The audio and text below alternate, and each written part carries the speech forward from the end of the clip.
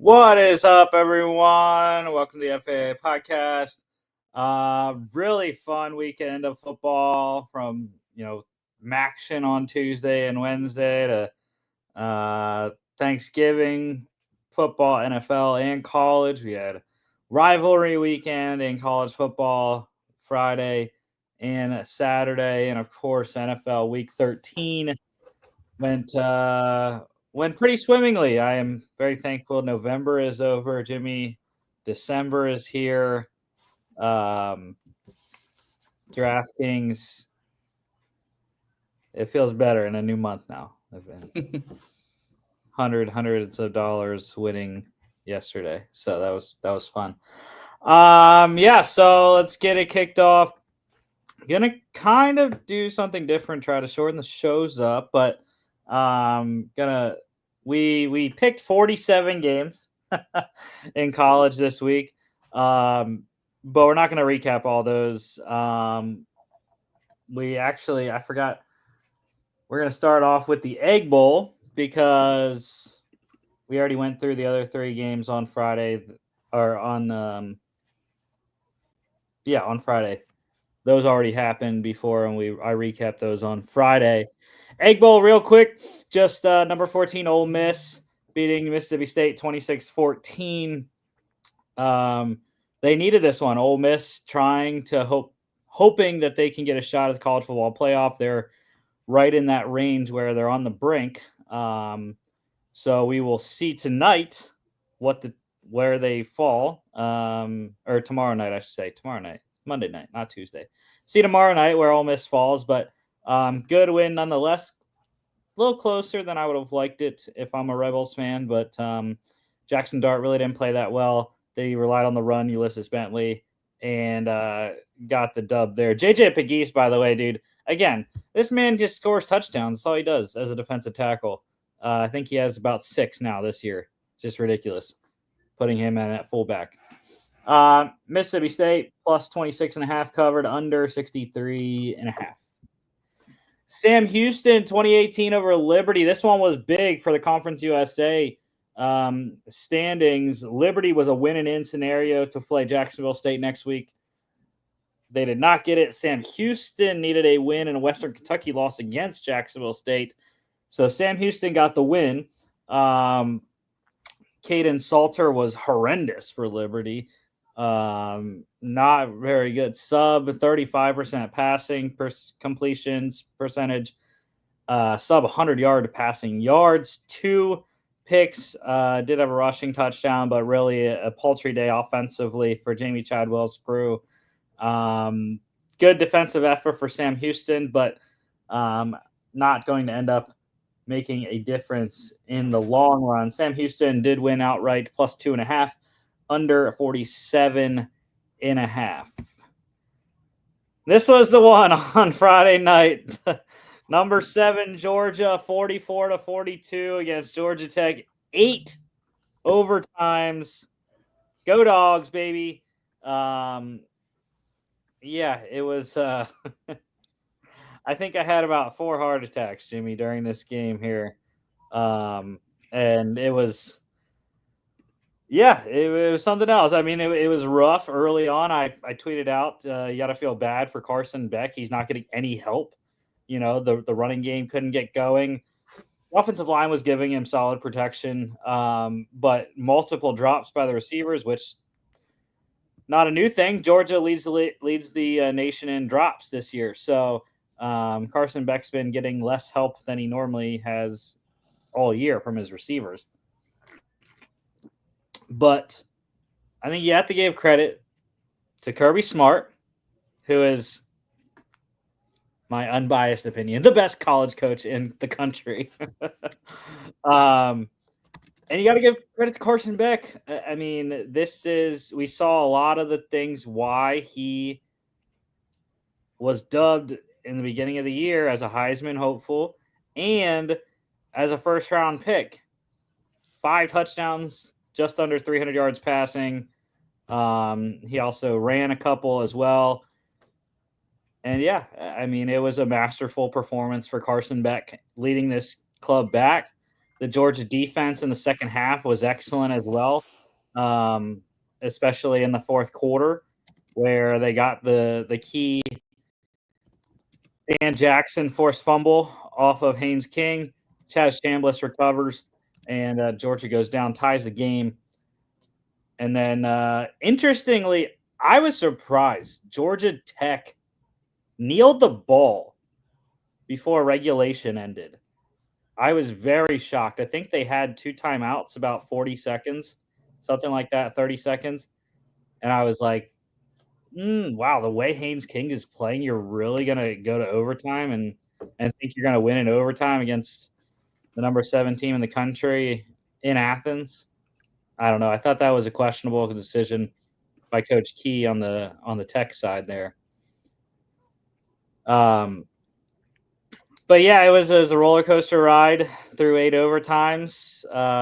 Thought Georgia had won it in I think it was the 6th overtime, where Arian Smith, for the 3rd time, dropped the ball in this game. It wasn't really his fault. Dylan Bell tipped it in front of him. He thought the ball was for him, but Arian Smith wide open in the back of the end zone.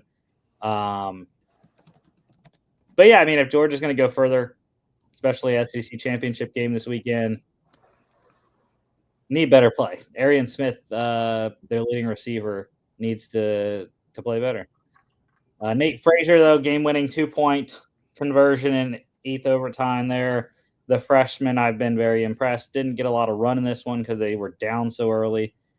But, yeah, I Dogs on top. And what everyone's saying is they're locked into the playoff now with only 2 losses and going against number 3 Texas this weekend.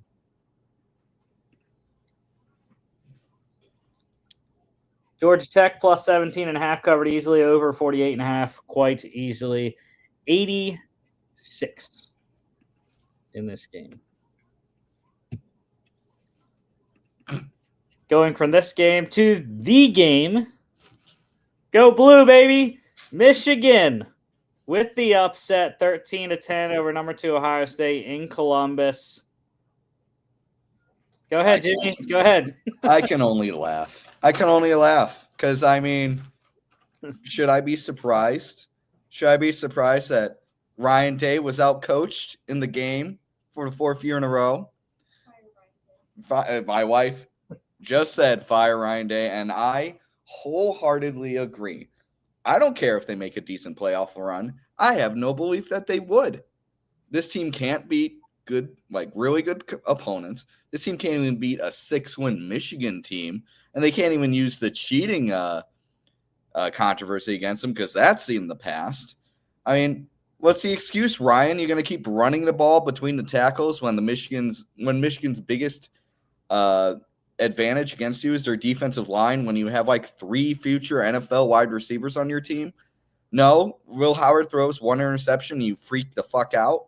This is what we're doing here, Ryan? This is the best we can do?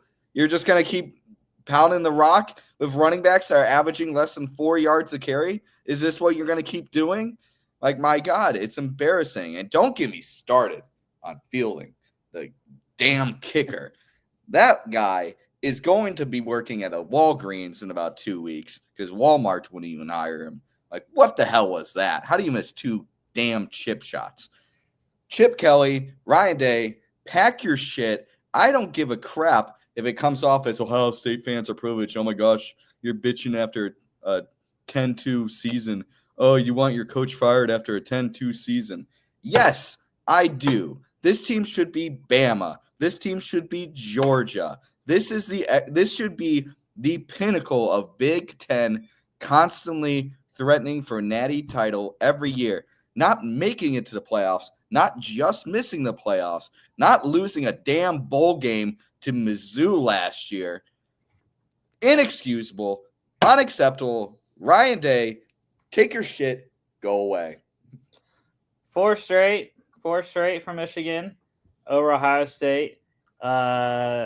A whole senior class has now lost to Michigan all 4 years. Yeah, Will Howard, 2 interceptions, 1 in the red zone. that was interesting. But got to credit Sterling Moore. Got to credit the Michigan defense. They played outstanding football all day. Other than the one Ohio State touchdown drive, they really did not give up much at all. The 2 field goal misses for Ohio State that would have won the game.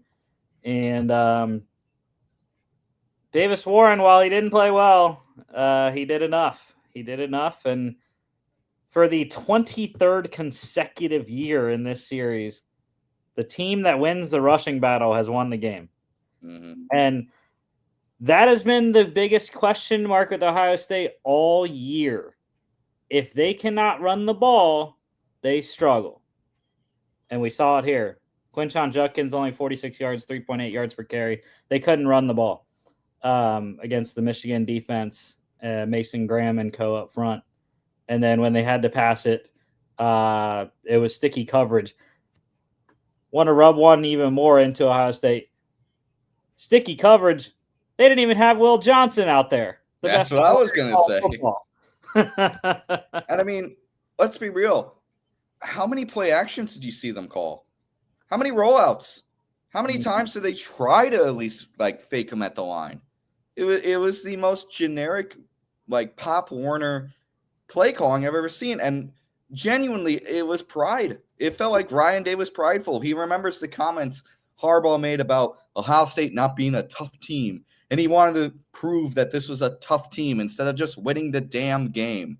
Like, I'm sorry. Your one advantage going into this was that you had great wide receivers and you had running backs that could be dual threats. And you decided that the best thing to do was to have your offensive line manhandled by this D-line all day and you just kept saying, it'll break through eventually. Embarrassing. Almost as embarrassing as the post-game scuffle where Ohio State just twisted the knife into their own body and made themselves even more of an ass. I was gonna say they were pretty tough post game there. Yeah, well, Ryan Day's comments about that too were just Bush League saying that he didn't know what happened. Bullshit, you didn't know what happened, man. You know, and I agree though with a lot of people's comments is like this getting ridiculous. Like we saw multiple brawls this weekend because of its rivalry, high emotions, and I agree with. I think Booger McFarland said it multiple times. I heard him on ESPN. If you don't want them to plant the flag, then beat them. Like they have the right to plant the flag. They beat you. They beat you on your turf. Like they have that right to do that because if you want your biggest rival to not plant their flag on your turf, don't play like shit. Don't score 0 points in the second half. Yeah. Enough. Put up fight for the 60 minutes of game time or don't put up a fight at all. Don't do this fake tough bullshit after the game. Because that's what it is. It's fake tough. And I know the NCAA already fined, or maybe it was the Big Ten. They already fined both schools $100,000. That doesn't mean anything. They make millions of dollars every year. That means nothing to them. One booster from each team could throw that in there because they have that much money. And also, it's intriguing for Ohio State now. More than likely, they're going to have to go on the road in the playoff. So it's going to be intriguing, at least.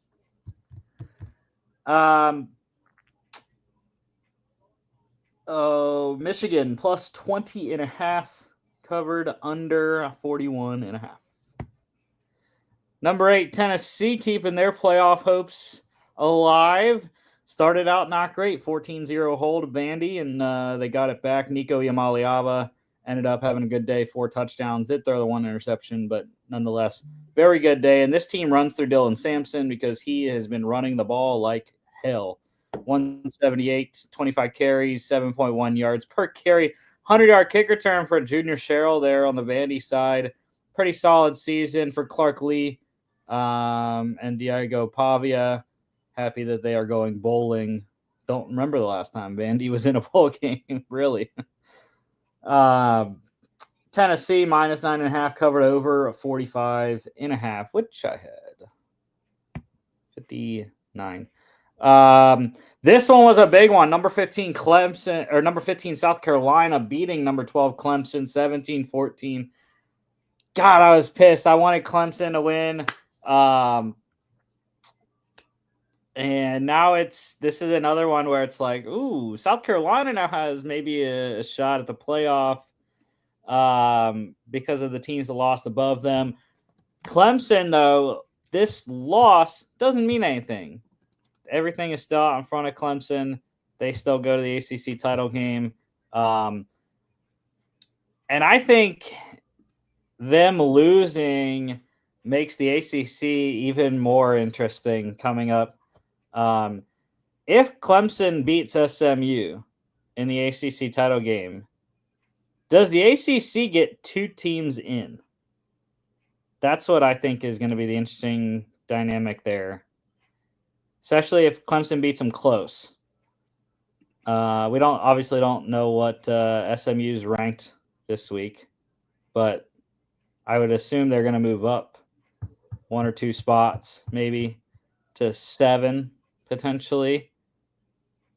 Do they drop the whole way out, or they would only have 2 losses, so I don't know. I think the ACC would have a good argument for 2 teams if Clemson wins the ACC title.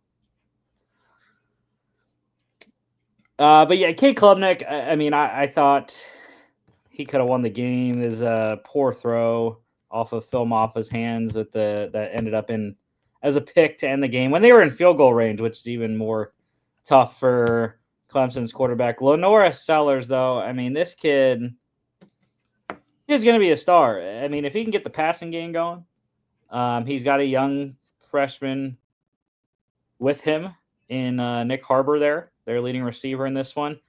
And, he's one of the best dual-threat quarterbacks in the country, and he's only a freshman. So 166, 2 touchdowns and a fumble on 16 carries. I think a lot of things are pointing up for South Carolina next year.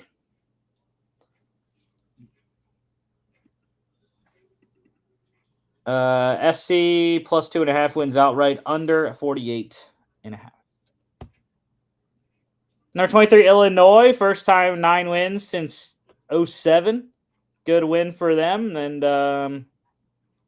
who were they beefing with? They were beefing with someone. Was it Ohio State or I don't know. They were beefing with someone that said South Carolina, I think. I think they were saying, yeah, their resume was better than Carolina's or something like that. I don't know. Maybe it was Ole Miss. One of those teams that's like right there, Illinois. Brett Bielema is like, yeah, but our resume is better. Like, bro, you're in the 20s. Calm down. And this win doesn't matter. Like a 10-point win against Northwestern. That's not great.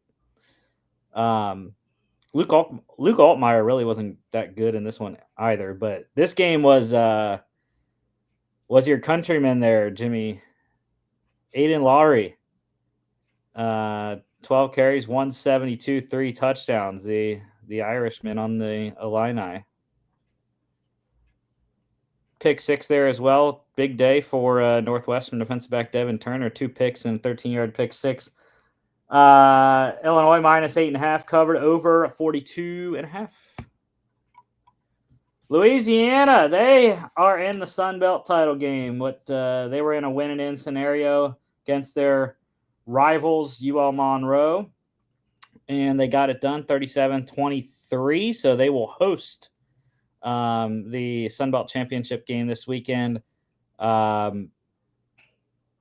Solid day for Chandler Fields. They got a good run game, though, for Zylan Perry, 19 for 150, 2 touchdowns and a fumble. Bill Davis also scoring on the ground for the Cajuns. Ahmad Hardy also, monster day for ULM in the loss, 28 carries, 172, touchdown, 11-yard catch as well. Louisiana minus 8.5 covered over 50.5. Army, how about the Black Knights? Dude, I'm excited. I kind of want to go to this game this weekend just because an AAC championship game at West Point, like, how much better does that get? They're underdogs too, which is pretty cool.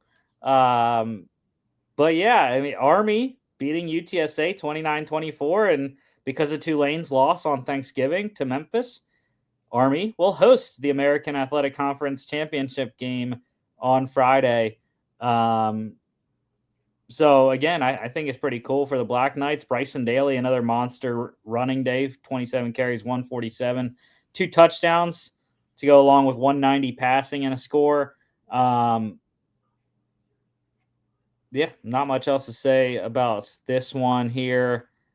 I'm excited. Go Army. UTSA did cover though, plus 6.5, under 53.5. By the hook. Number 4, Penn State. We are, baby, 44-7 against Maryland. 44 unanswered. I think Penn State is still scoring on Maryland right now.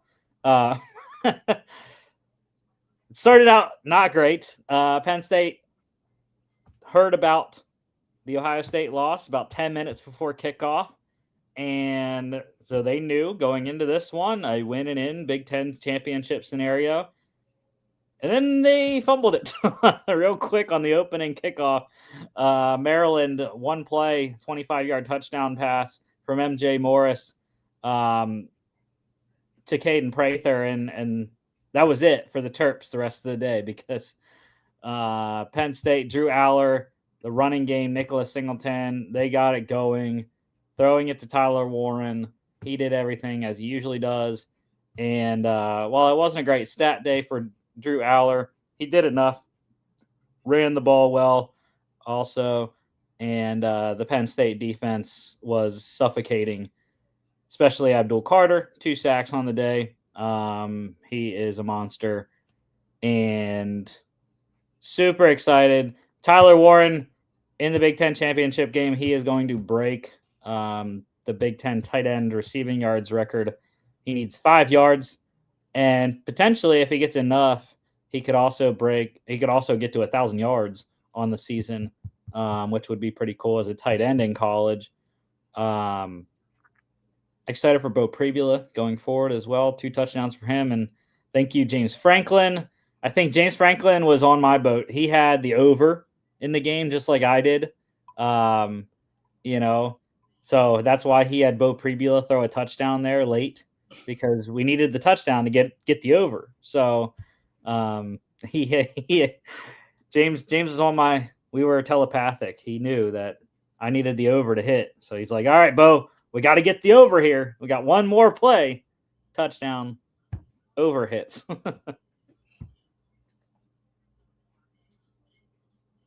Penn State covered minus 26.5, over 50.5 by the hook. But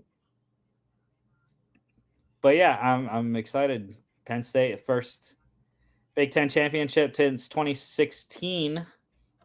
Guess what? We won that one. Should have made the playoff. That bullshit with Washington or Ohio State. I always forget which one it was. That was the Ohio State year, I believe. They got in without even going to the Big Ten championship game. Bullshit. Yeah.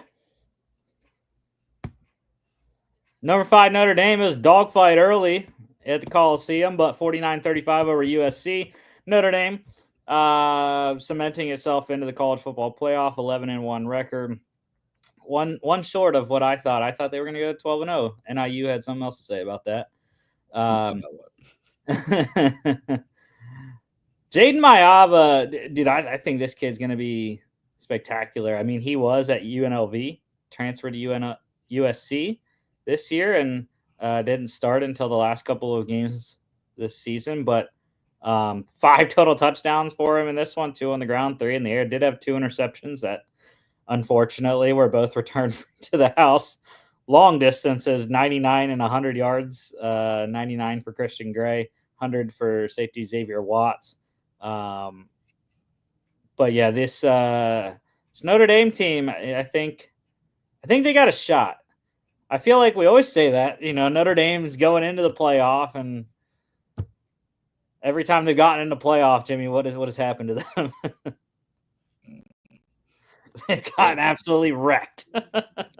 Dude, we'll never forget Manti Te'o carrying this team to a 40-point loss in the Natty against Bama.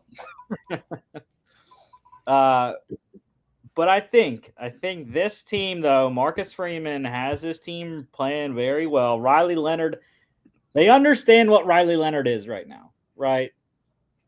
Not a very elite passer. They really don't have the receivers for him to be an elite passer. But it's Mitchell Evans. You see there, he was the leading receiver for the Irish. It's him, and it's the running game because they ran the ball all over these boys. 50 yards for Leonard, 111 for Jadarian Price, Jeremiah Love, 99. All three of them scored a touchdown on the ground. That's what Notre Dame does. They run the ball. Price, Love, and Leonard. Sounds like a law firm. You gotta run the ball. And if you want to stop Notre Dame, stop the run and make Riley Leonard beat you through the air because I don't think he can. So the defense, though, on the other hand, for Notre Dame is also spectacular. I mentioned Watson Gray. Leonard Moore also 5 pass defensed in this game. Crazy. -6.5 for the Irish covering, over 52.5. 84. Couple high-scoring games, including this one. Go Qs, baby! The Dome! In the Dome. I turned this thing off, dude. I turned it off. It was 21-0 Miami. I was like, oh, man. Thought Syracuse have a chance at home, and then I saw it was 21-7. I'm like, all right, down 2 scores still. Then I saw it was 21-14. I was like, all right, I'm turning this thing back on. The Qs are coming back. I wish I would have bet on it, though. I did not. Syracuse 42-38 over number 6 Miami. And how much does Ohio State miss Kyle McCord, Jimmy? I mean, it's not like it would have mattered anyway against Michigan. They would have just continued to hand the ball off. But he came to Syracuse, and most people when he was at Ohio State thought he was a game manager. But he's balled at Syracuse this year. Got the Qs to a 9-win season, put up multiple 300-yard passing games, 3 touchdowns, 380 and 3 scores in this one. No turnovers, 72.2%. He was phenomenal. The Syracuse defense scoring there, Devin Grant, 56-yard fumble return for a touchdown. That's what got them the lead.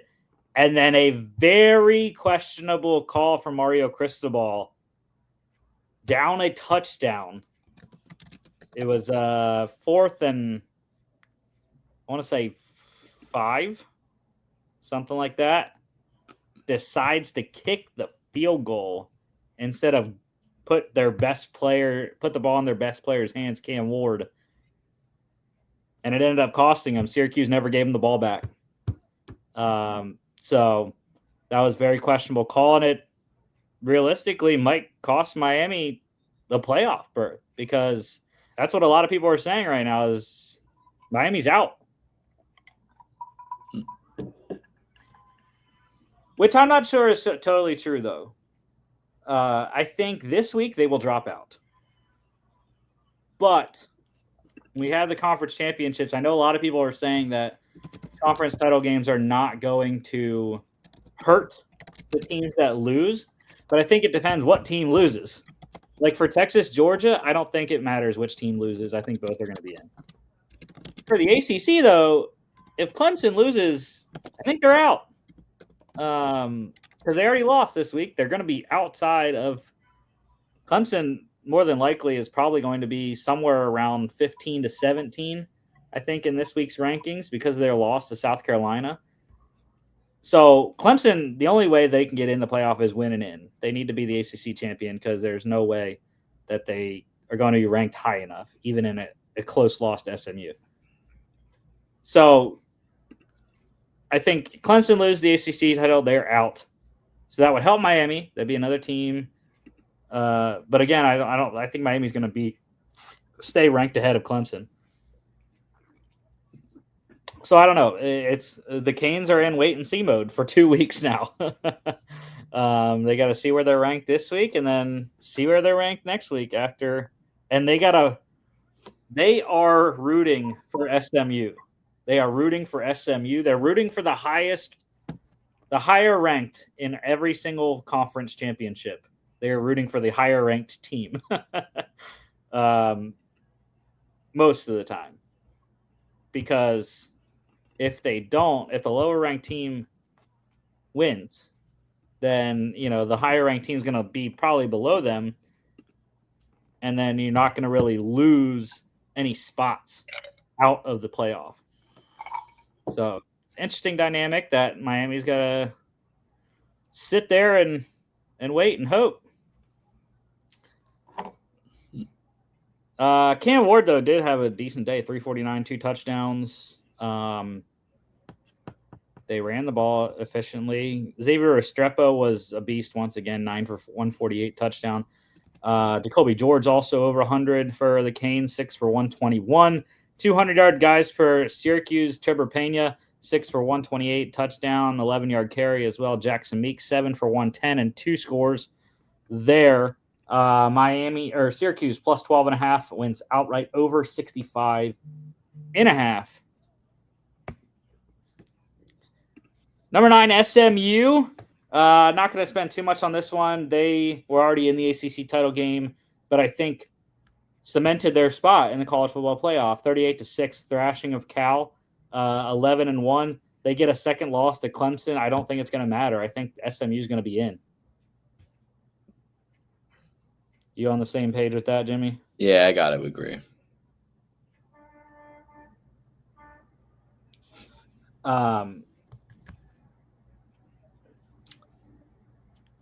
Kevin Jennings was outstanding again, 225, 2 scores. They actually weren't able to run the ball that greatly, but 134 yards from scrimmage, 2 touchdowns for Brashard Smith. He's been, again, a revelation for this SMU offense. And Kobe Wilson there, 2 sacks, 2.5 tackles for loss. Great game for him. SMU minus 11.5 there, under 54.5. The Iron Bowl, number 13 Alabama, 28-14 over Auburn, crushing their rivals' hopes of making a bowl game. And I don't know. Not convinced. I am not convinced on Alabama right now. Only a 14-point loss to a 5-win Auburn team, although they just beat Texas A&M last week.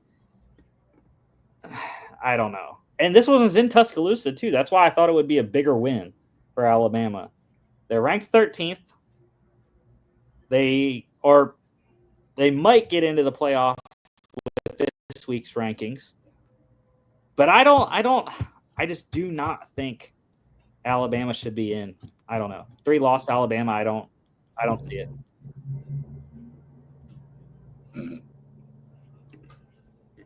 Are we going to forget the Oklahoma game where they dropped a dud? 21-point loss. Yeah, we just going to pretend that didn't exist? Come on. Yeah, I think that's one of the worst losses of all the ranked teams. Yeah. Alabama did cover, though, minus 10.5, under 50.5.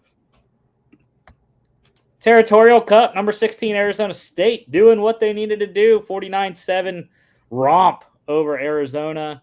They are in the Big 12 championship game in AT&T Stadium this weekend. Dude, Sam Levitt has been just phenomenal for Kenny Dillingham and co. 291, 3 touchdowns, 77.3% completion. But this team runs through Cam Scattaboo. 21 carries, 177, 3 touchdowns, 8-yard reception as well. This kid is ridiculous. And if the Sun Devils are going to win the Big 12, do anything in the playoff, it's going to run through him. Jordan Tyson, great game for him as well. Their leading receiver, 8 for 143 and a touchdown. Also,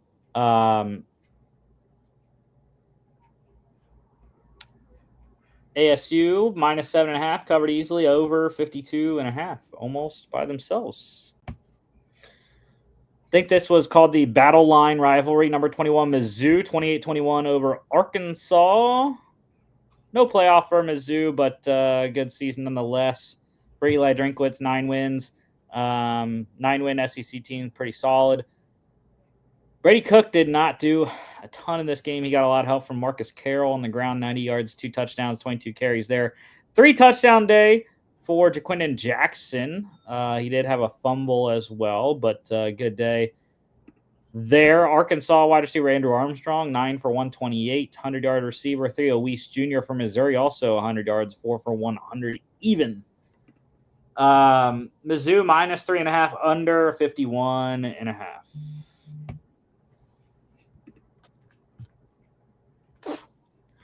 Another big Conference USA battle here. 19-17 Western Kentucky over Jacksonville State. And the Toppers are in. We are looking at a rematch. Back-to-back weeks, we will have a rematch here. This time going to Jacksonville, Alabama, instead of Bowling Green, Kentucky. So it's kind of a home-and-home series, really. And Jacksonville State, that was one of the interesting things I said about, will they play their guys? They're already in the CUSA title game. Will they play their guys or not to keep Western Kentucky out and set up a rematch with Sam Houston if Sam Houston beat Liberty? The Bearcats did beat the Flames. However, they needed a Western Kentucky loss. They did not get it. Western Kentucky walk-off field goal in this one. And it was a great day for Caden Veldkamp. 301 touchdown, fumble, 59.6% passing. Not sure if Tyler Huff got hurt in this game or he just played bad. I mean, the stat line is horrendous. 27.3%, 37 yards a pick. Did have 97 rushing yards. I mean, that's what he does best is run the ball. But when they got down, they needed Logan Smothers to come in, throw the ball a little bit, and he did. He also scored on the ground. But Western Kentucky got a great game from Elijah Young, 91 yards on 19 carries. Big workload in the passing game as well for the running back, 7 for 78 and a score. So, yeah, I'm excited for this rematch. Go into Jacksonville this time, and we'll see what it looks like on Friday night there in Jacksonville, Alabama. Western Kentucky plus a half covered. Wins outright under 62.5. Very low scoring. Number 10, Indiana, 66-0 over Purdue. And Jimmy, this is your game. This is the game you said Indiana had to have after the loss to Ohio State. And they had it. Yeah. Curtis Rourke was just awesome. 74.2%, 349, 6 touchdowns, tied the Indiana record in a game with 6 scores. And yeah, I think with this game, I think Indiana's in. I mean, it's so difficult to put a one-loss team in. I mean, it's harder now though, because Ohio State, that loss doesn't look as good since they lost to Michigan. But still, they lost on the road in Columbus to the number 2 team in the country at the time. I still think that's a pretty solid loss. And this has been, other than the Michigan game, this has been what all of Indiana's wins have been this year. They've just completely dominated people. And that's what they were supposed to do against their rank of schedule that they had in the hundreds. So I think Indiana's in. I think they're going to be a tough out. I know they're not going to get a home playoff game anymore, probably. But still, I think they're going to be in, and it's going to be awesome to watch Indiana play in a playoff game. Big day for Elijah Surratt, 8 for 165, 2 scores. Neither team really ran the ball well. Justice Ellison, their leading rusher, was 63 yards. And, dude, how about the day? Indiana linebacker Jalen Walker, 5 tackles, 3 solos, 1.5 sacks, 4 tackles for loss, 2 pass defense, and a pick to top it all off. Man was a certified grade A monster. Indiana minus 28.5 covered easily. Over 56.5 to hit it by themselves. I was scared, Jimmy. I was scared. We got into the fourth quarter. I needed a touchdown. I was like, oh, I don't know. Is Indiana going to get there or not? I knew Purdue wasn't going to get anything. So I was like, Indiana needs it. And they got a couple touchdowns in the fourth quarter to hit the over for me, which was nice. Number 1, Oregon. 49-21 over Washington. Dan Lanning, first win over Washington. I think he had been 0-2 prior to this game. But this wasn't the Washington team he had gone against those last 2 times. Or last 3 times. I think he was 0-3 against Washington going into this one. But, this team was not the Washington team that he had faced beforehand. So Dylan Gabriel, really solid day, 209, 2 scores, rushing touchdown as well. They got a good day on the ground from Jordan James, 1 yard short of 199 on 15 carries, 2 touchdowns for him. And yeah, I mean, Oregon going to Indianapolis. We'll see. First time ever meeting Penn State. And we'll have more on that matchup on Friday, but I don't know. Feeling good. Feeling okay about it, Jimmy. I'm feeling okay about the matchup. They've never seen a Penn State team. So Oregon minus 17.5 covered over 50.5, almost by themselves. Lone Star Showdown. This one was kind of anticlimactic. I think, anyways. Number 3 Texas 17-7 over number 20 Texas A&M. I thought there was going to be some more points in this one than there were, but both defenses were outstanding on the night. Quinn Ewers did enough, and really Texas should have ran away with this one earlier than they did. But turns out having a freshman quarterback in the biggest of big games did not work out for Mike Elko. After their loss to Auburn last week in quadruple overtime, back-to-back losses, they are out of the playoff conversation and probably out of the top 25, I would think, as well. How about Quintravian Wisner? This kid, sophomore, I believe. 33 carries, 186, 2 receptions for 21 yards, just outstanding. I was very excited to watch, and I he's the next Texas running back, man. He's the next guy in the long line of Texas running backs the last couple of years. What is up, my guy, Robert? Hey, how you doing? Thanks for having me on. Yeah, man. First appearance. We are just rolling through college football. Almost done, really, with college football. But yeah, Quintravian Wisner had an excellent game. How about Arch Manning coming off the bench to score an excellent touchdown? That guy, Texas football is in good hands for the next couple of years with Arch after Quinn leaves this year. Yeah, dynamic runner that Quinn Ewers really isn't. But Arch also has the big arm, which we've seen a couple times this year as well. Defense, their only points for A&M. Will Lee the third there, 93-yard pick 6 off a tipped ball that Quinn probably shouldn't have thrown. But nonetheless, it was, didn't hurt him in the long run. And Texas, I'm excited because this performance by Texas really makes me feel good about my Dogs coming up in Atlanta this weekend for the rematch, because it shows that Georgia can do the same thing they did in Austin and beat Texas this weekend, because, if you can get to Quinn Ewers and disrupt the passing attack, you got a good chance at winning. So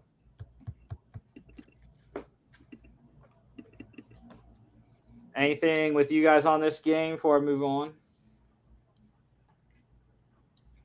I would just say I was really impressed with Texas defense throughout the whole game.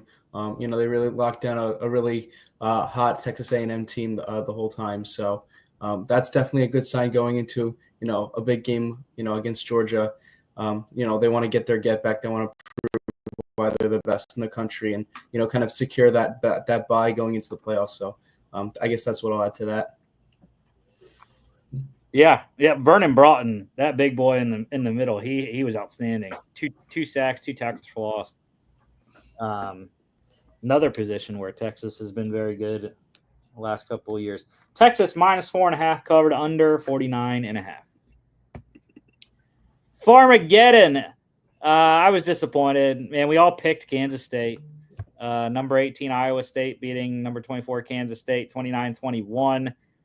It's just the Iowa State defense was like early season Iowa State defense. They had lost a couple the last 3 weeks coming into this one, and Rocco Becht really didn't do a ton. It was the defense. They got pressure on Avery Johnson, and Kansas State kind of got backed into a hole where they didn't want to be, because we've seen most of this season that Avery Johnson still very raw as a passer.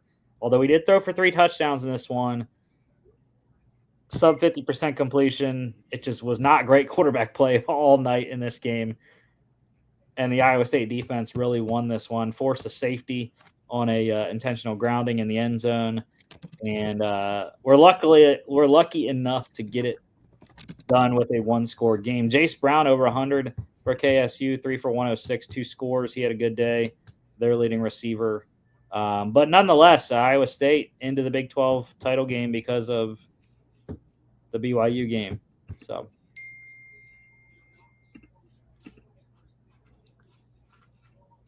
Iowa State -2.5 under 51.5. Close.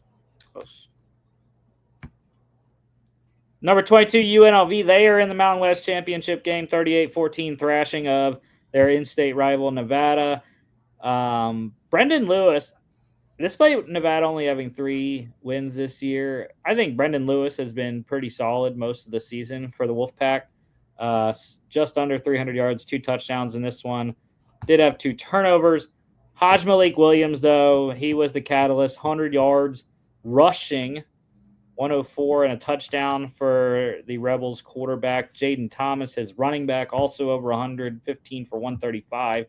A score opposite for Nevada. They couldn't run the ball at all. Brendan Lewis was their leading rusher, actually, with 30 yards on the ground. And defensive touchdown for Jackson Woodard, fumble recovery in the end zone. And I don't know. Again, we'll talk more about the conference championships on Friday. But I think it's going to be a pretty cool game with the rematch between Boise and UNLV. What do you guys think?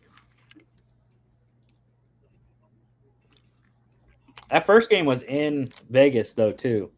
So being on the blue turf in the freezing-ass cold in Idaho this weekend is probably going to be a different dynamic, I think, for the Rebels. We'll see. Yeah, no doubt. UNLV -17.5, covered under 54.5. Marshall, they are in the Sun Belt Championship game. Everyone in Statesboro, Georgia was going crazy in the beginning of this game because Georgia Southern beat Appalachian State, and they needed a Marshall loss to get the Eagles into the SBC Championship. And it started out great. Like I said, James Madison was up 17-0 in this game. Marshall stormed back. They tied it with a pick six there by Jadarius Green McKnight, 28 yards to the house. Their defense played great most of the night. And JMU, once they got it tied, it's just like Alonzo Barnett and the offense couldn't do a ton. And they got a great 100-yard night there from the senior Joby Mallory, 16 for 106 and a touchdown. This wasn't enough. Double overtime. Marshall got to their 2-point conversion after they scored a touchdown. and that was it. Game winner for Braylon Braxton, the Tulsa transfer, who wasn't great passing, did have a rushing touchdown on the night, and did just enough though. Did just enough to get the herd in against Louisiana, in a game that I think they're going to lose, unfortunately, because they got to go to Lafayette, Louisiana, and I think Louisiana has been the best Sun Belt team all year. Great night for JMU, though, on the losing end. Defensive lineman Eric O'Neal, 2.5 sacks, 2.5 tackles lost, pass defensed. Marshall plus 2.5 wins outright, over 52.5, 68 in that one. The nightcap, number 19 BYU, Iowa State fans and Colorado fans were staying up to watch this one. Number 19 BYU 30-18 over Houston. A win sent the Cyclones to the Big 12 championship game. A loss would have sent the Buffaloes and Coach Prime to the Big 12 title game. But I hate it for BYU, man. I just, I'm kind of biased because I had a bet on them to win the Big 12. But at the same time, I mean, it's tough.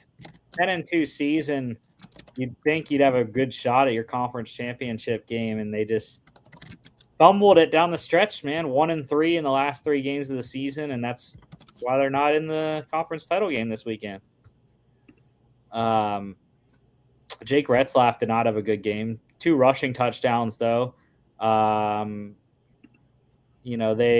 really shut down this Cougars offense. You see their 3 turnovers for Zion Chris, pick and 2 fumbles. Did have 2 rushing touchdowns himself, though, and wasn't a ton offensively in this game, but 58-yard kick return touchdown for safety Talon Alfrey for the BYU Cougars.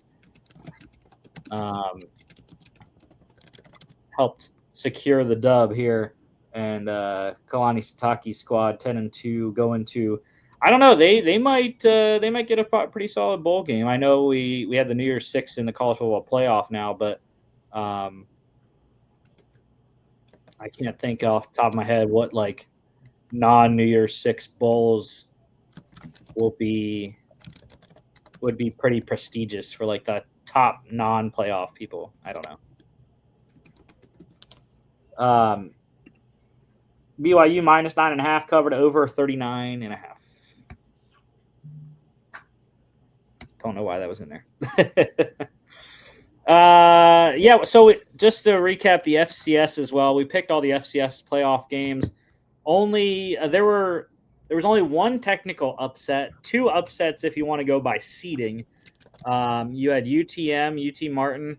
They blitzed New Hampshire, I think it was. They were playing the number 16 seed there, 41-10. The Skyhawks on to the second round. And then the biggest upset, though, Lehigh. Lehigh beating, I think they're number 9, Richmond. Number 9 seed, Richmond. Let me check here.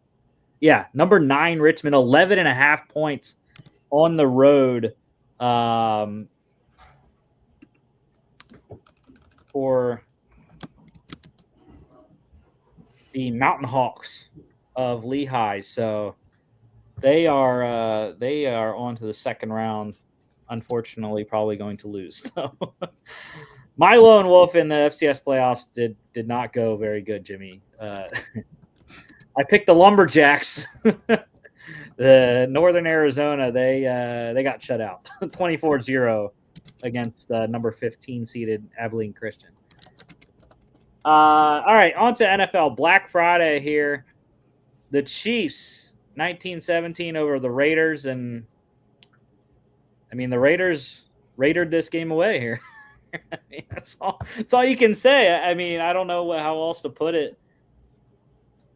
Aiden O'Connell played phenomenal. I mean, he had maybe the game of his career. And they got a great game by Sincere McCormick on the ground. Brock Bowers was outstanding, just dominating everything. And Jacoby Myers had a great game. The defense played well, and it's like, dude, how did you not win the game? Andre James, that's why you didn't win the game. I don't know. What do you guys? You guys get the chance to watch this one? Yeah, I did. I think it was just another typical divisional game. Doesn't matter kind of what the records are in some of these games. The Raiders, I feel like they always play the Chiefs tough, no matter where it is. It's unfortunate what happened at the end of the game. The Raiders really had a chance, to knock off the Chiefs there. But yeah, like you said, Aiden O'Connell, had a very good game. I think the highlight of the day was Brock Bowers and kind of how clutch he was all game. How many did he have? One touchdown. He had a touchdown, Yeah. A couple long receptions as well. Just kind of, exploiting the Chiefs defense the whole game. And I really feel like he's the reason why he's the reason why the Raiders, kept in that ball game the whole time. Yeah, caught 10 of his 14 targets for 140 and a score. Like I said, Jacoby Myers also was Sure. fantastic. Absolutely. 11 targets for him, 6 for 97. Jimmy, I know you want to go on a Chiefs rant. Nah. Yeah, I wasn't able to see this game, man. I only saw the ending on Twitter. I couldn't help but laughing. It's the most Raiders way to lose. Dude, I mean, they keep doing it. 9, I think. 9 of their 11 wins, or 10 of their 11 wins by one score. It's ridiculous. Raiders did cover though, plus 13. There was a lot of great defensive performances in here. Chris Jones, Max Crosby, those are the two guys, the big boys for both squads. Had great games. Raiders, though, plus 13.5, covered easily, under 41.5. And yesterday, starting out, the Steelers is very small print because there was a lot of scoring and a lot of defense, which is kind of counterintuitive, but it's true.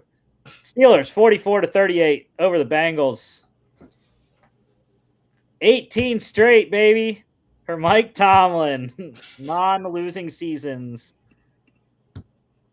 I don't know. He doesn't get enough credit. He's one of the best coaches, if not the best in the NFL. And to have Russell Wilson have his best game as a Steeler and his best game since freaking 2018, I don't know. I mean, 414, 3 touchdowns, 76.3%. Did throw the one interception. That was bullshit because George Pickens got absolutely mugged. And yeah, they withstood the attack from Joe Burrow. The defense got a couple turnovers, including a TJ Watt strip sack, Nick Herbig strip sack. And yeah, I mean, I think this team is for real. They have the blueprint. Russell Wilson's having a career resurgence. They're running the ball well. Yeah. Pittsburgh's for real.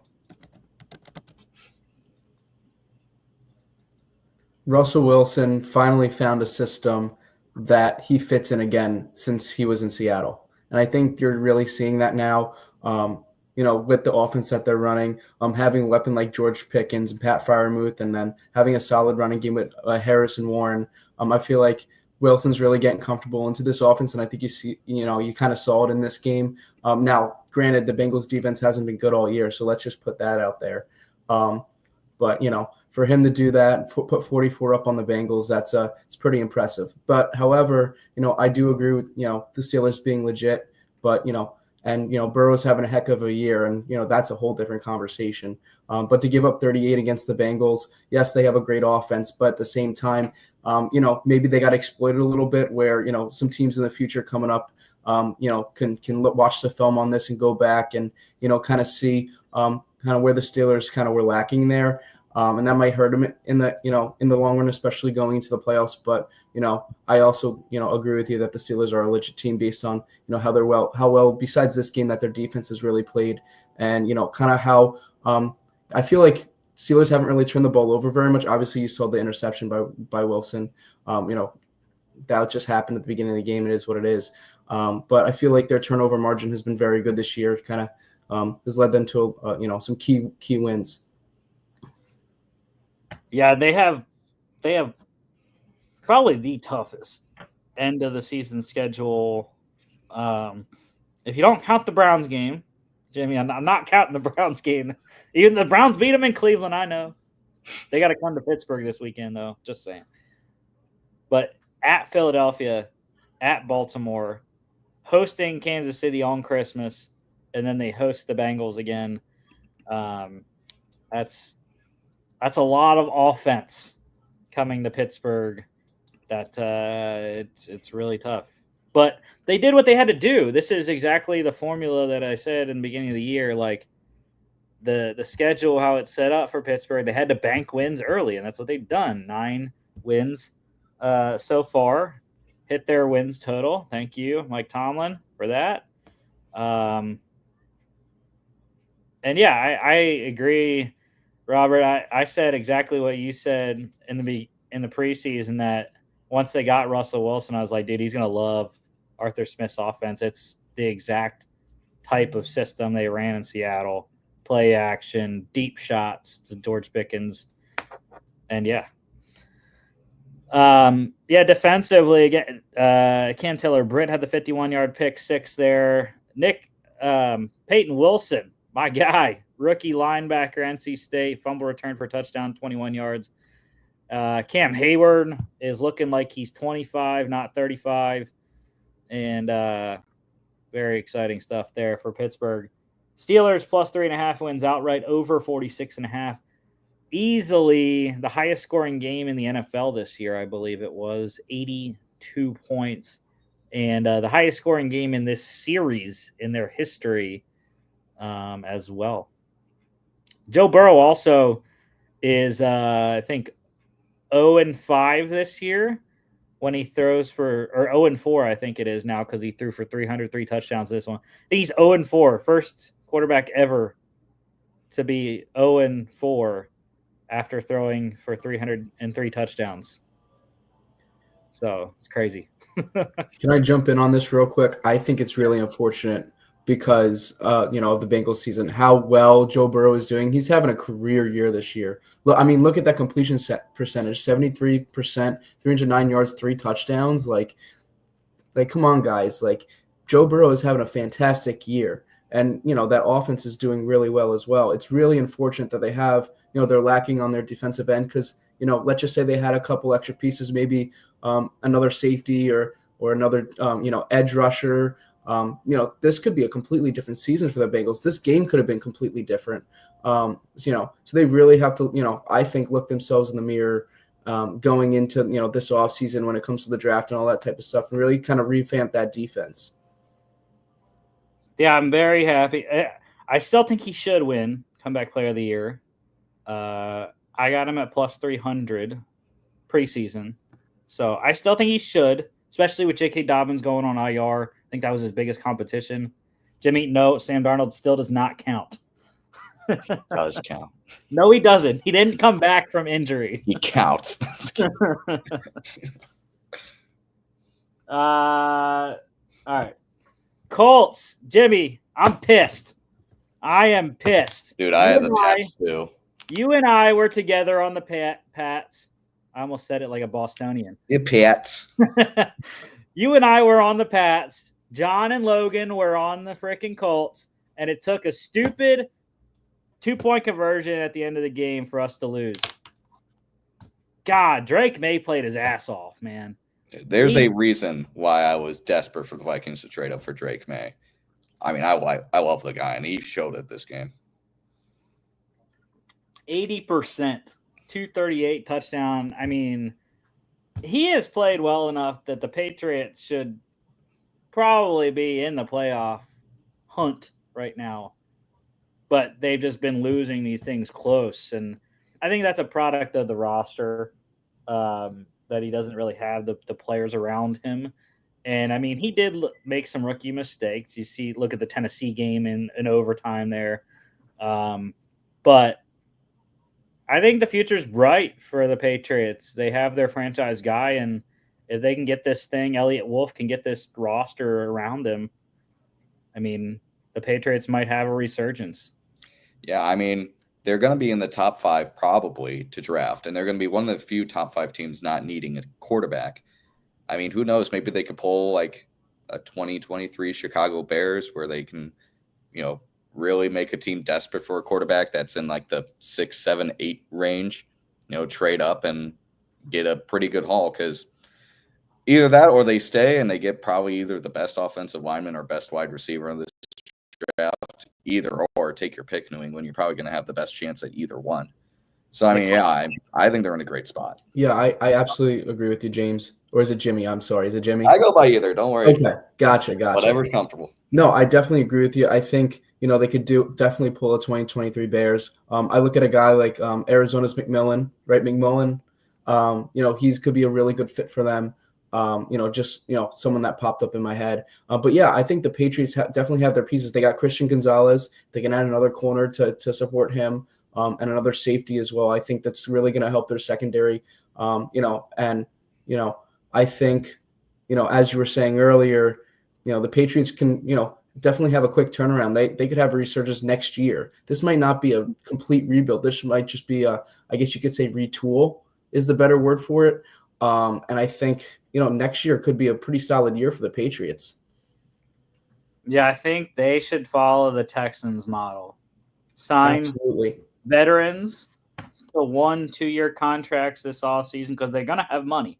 I believe they're one of the top 5, top 10 in cap space coming up next year.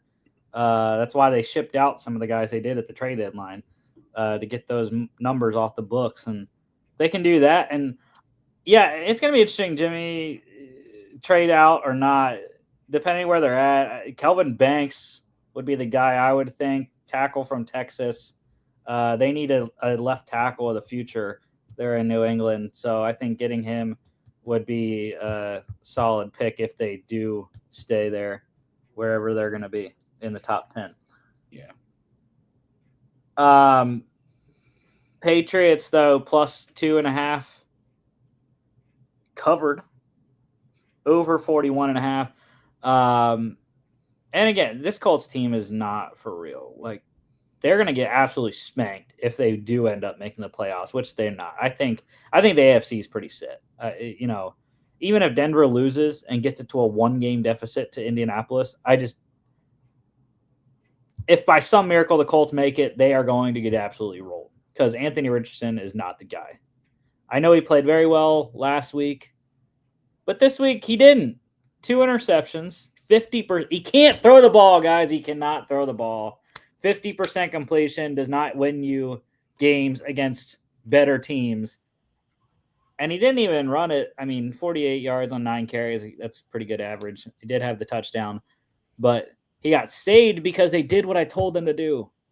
They lost last week because Jonathan Taylor didn't get enough carries. And what did they do? 25 carries. That's what you need to do to get a guy like Jonathan Taylor rolling. He needs 20-plus carries a game. And that's what they did in this one. Just under 100 yards rushing. That's how you're going to win the game if you're going to be the Colts. Needs to run through Jonathan Taylor. All right, Chargers 17-13 over the Falcons. Yeah, Kirk Cousins single-handedly lost me my fantasy matchup. Although it didn't matter because I won a lot of money because the Chargers won, so I was very happy about that. On the brink of the playoffs, that was not great being outside going into the last week of the regular season. Not fun, but we'll see what we can do in week 14. Bijan over 100 in the loss, 102, 26 carries, touchdown, cut all 6 of his targets for 33 yards. I don't know about you guys, though. I was shocked at the rushing for LA. Like, why did Gus Edwards get 6 carries? They were giving JK like 15 plus a game. And then he's hurt, and now all of a sudden we're going to go to a committee. It just didn't make sense to me.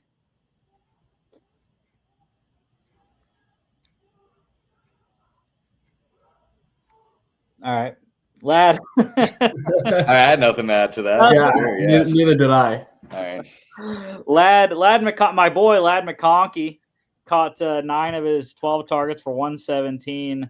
I don't know. I think a lot of people are talking about the quarterbacks, but the Georgia boys, man, Brock Bowers, Lad McConkey, I think they are making strong cases for Offensive Rookie of the Year as well.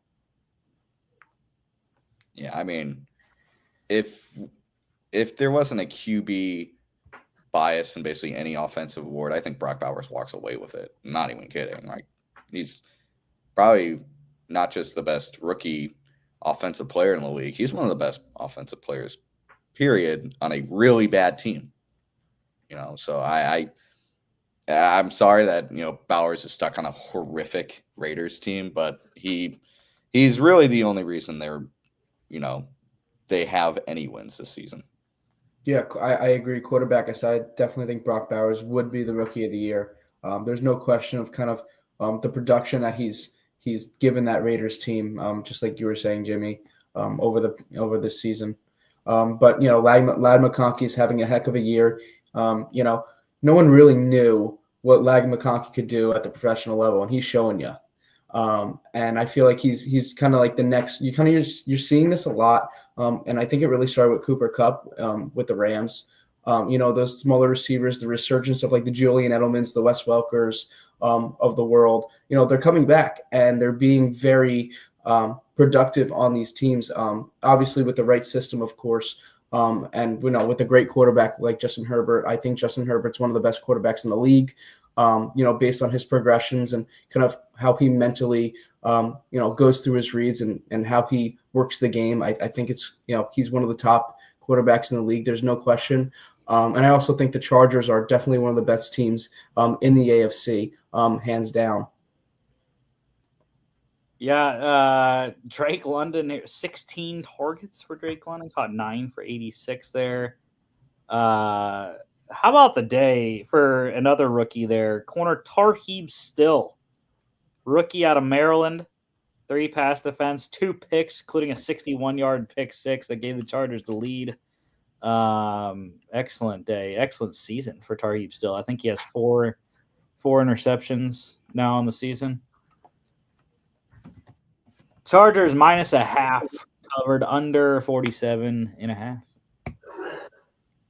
Seahawks, John Seahawks getting it done, 26-21 over the Jets. Didn't start pretty, but they scored, I think it was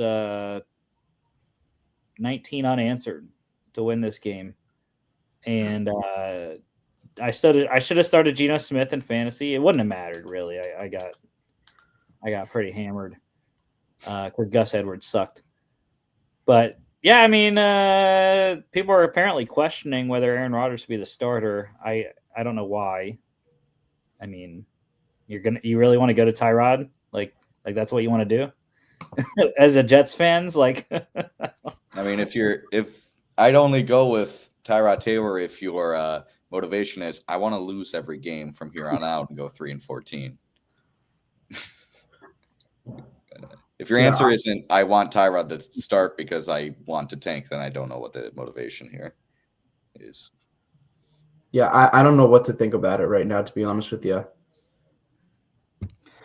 Yeah, Breece Hall. I hate Breece Hall so much. I hate him. He's number 1 on the hate list. $300 payout if he would have scored a touchdown.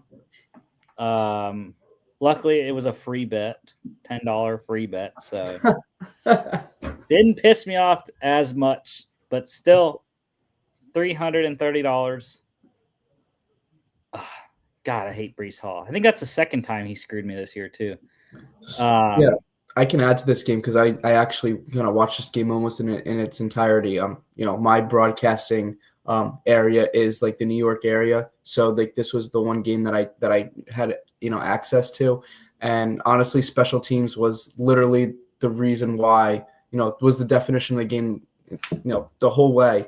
The beginning of the game was like special teams, whether it was like a dropped kick return, believe it or not, fumbles, you name it. Everything was going wrong for the Seahawks, and the Jets had every single opportunity to win this ball game. They really did. And, for the Seahawks to come back, obviously, they're a good team. But, it showed, it's more like a lack of credit to the Jets. I feel like, they had like I said, they had every opportunity to win this ball game. And I feel like they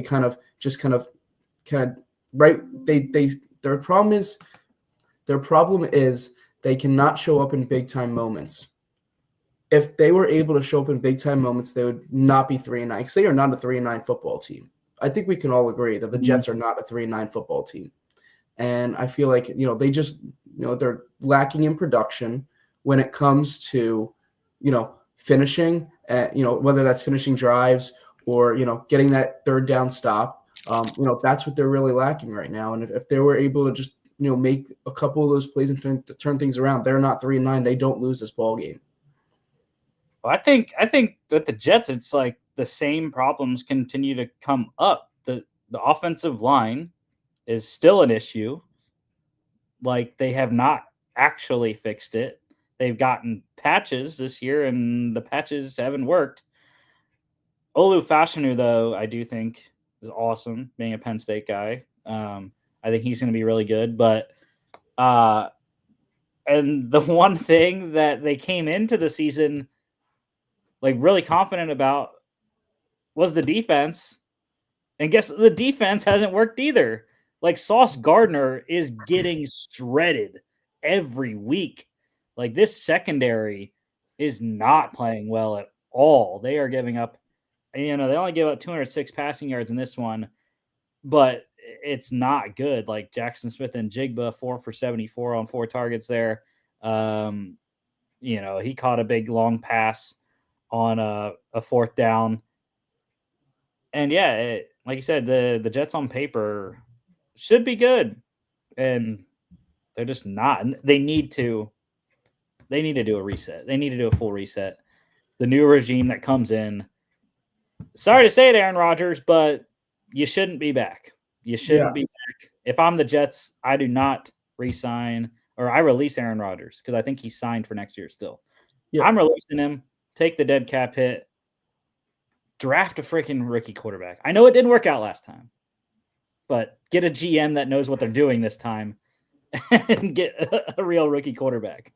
Well, listen, as someone who's played college football, now I'm washed up, unfortunately, but, throughout the years, kind of the biggest thing that I've noticed between some of the teams on that, that were very successful and those were not, was culture.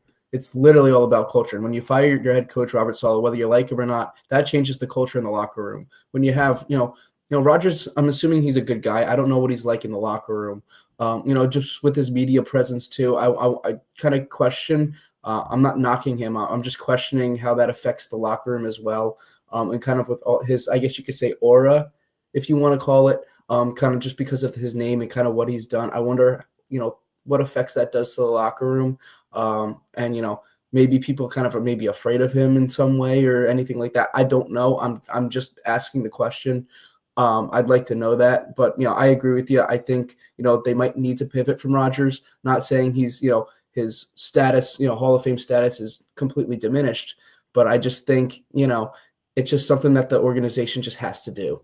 And yeah, I'll just leave it at that. One thing that I would like to add, though, is how about Leonard Williams going back to MetLife Stadium and having a heck of a ball game with that pick 6 and even just, 4 tackles, 3 solo, 2 sacks, and 3 TFLs? Are you kidding me? What an incredible performance by Leonard Williams. Let me just tell you, it was such a joy to watch him play back in MetLife Stadium again.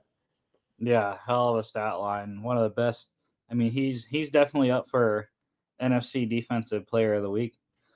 Seahawks plus 1.5 win outright over 41.5. Texans, Texans are one of the most frustrating teams in the NFL. 23-20 over the Jaguars. So Azeez Al-Shaair knocks out Trevor Lawrence. Hope you're doing well, Trevor. That was one of the dirtiest hits I've ever seen, and probably going to get suspended for Al-Shaair. But then you let Mac Jones come back and finish it out as a 3-point game, I don't know. I have no clue what the Texans are right now because I think, they're the 4th seed. They're more than likely going to end up the 4th seed. And to bring the Chargers or the Ravens, those are probably going to be their top 2 opponents for that 5th seed. To bring one of those 2 into Houston, I don't think Texans can win that game.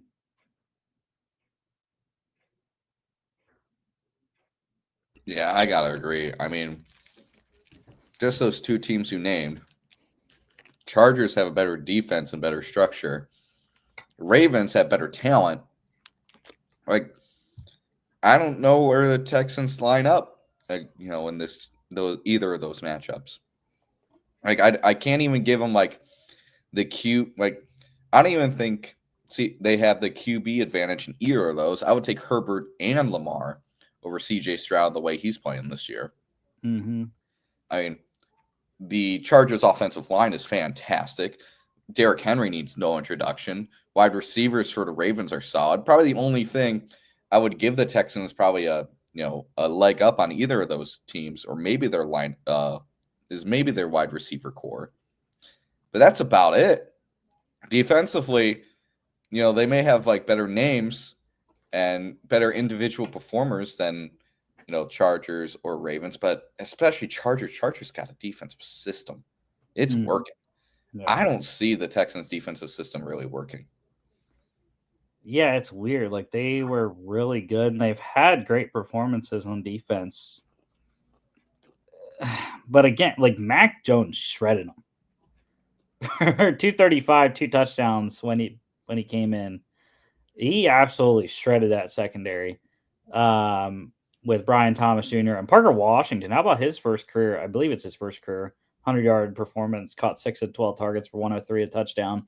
10 targets for BTJ, 4 for 76 and a touchdown. Nico also over 100 though, 11 targets, caught 8 for 119. Joe Mixon over 100 rushing, 20 carries, 101 touchdown, 4 of his 6 targets caught for 18 yards. God, dude, Travis Etienne, they can't run the ball. That's a big issue for Jacksonville. I don't know why they can't run the ball, but I don't know. Whatever, Jacksonville. I don't know why Doug isn't gone yet. No clue. No clue why Doug's not gone yet. But Jimmy, you're muted. I was going to say, I don't get why he's not fired, especially considering the comments he made after Lawrence got injured. Like, he didn't stand up for his guys. He basically defended the Texans players and said, like, oh, we have to be the bigger people. It's like, what? What are you talking about? Your franchise player just got killed. Your job probably went up in smoke the second he got hit. And you're talking about being the bigger team? Give me a break, Doug. Yeah, he should have been fired. We talked about this before. Should have been fired in London.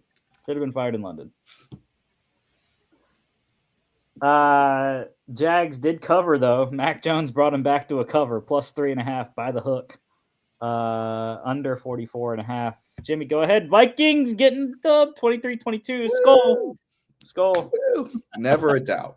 Did not doubt once.